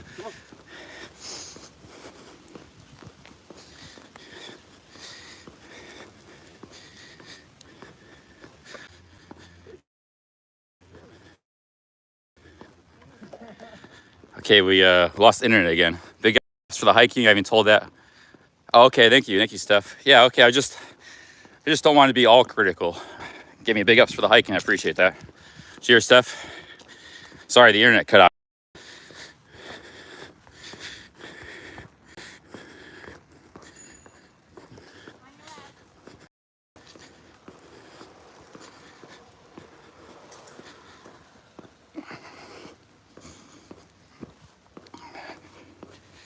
Yeah, we're getting real spotty internet here. Real spotty in this section. I might have to turn the stream off. I got some over. So big up, Steph. Thank you very much. I appreciate that. Yeah, big up, Steph. I appreciate the big ups. Just ask. I didn't see that part where you gave me credit for the hiking. So yeah, the camping needs some work. I agree. But we did learn some stuff. You know, I still had a positive learning experience with the camping. I just didn't do a good job of it. Yeah, I got to get some dinner. I'm not really that hungry, but I might have to stop the stream because the internet's pretty bad here. I just focus on walking. I got a lot of miles. It's a beautiful trail here through, though.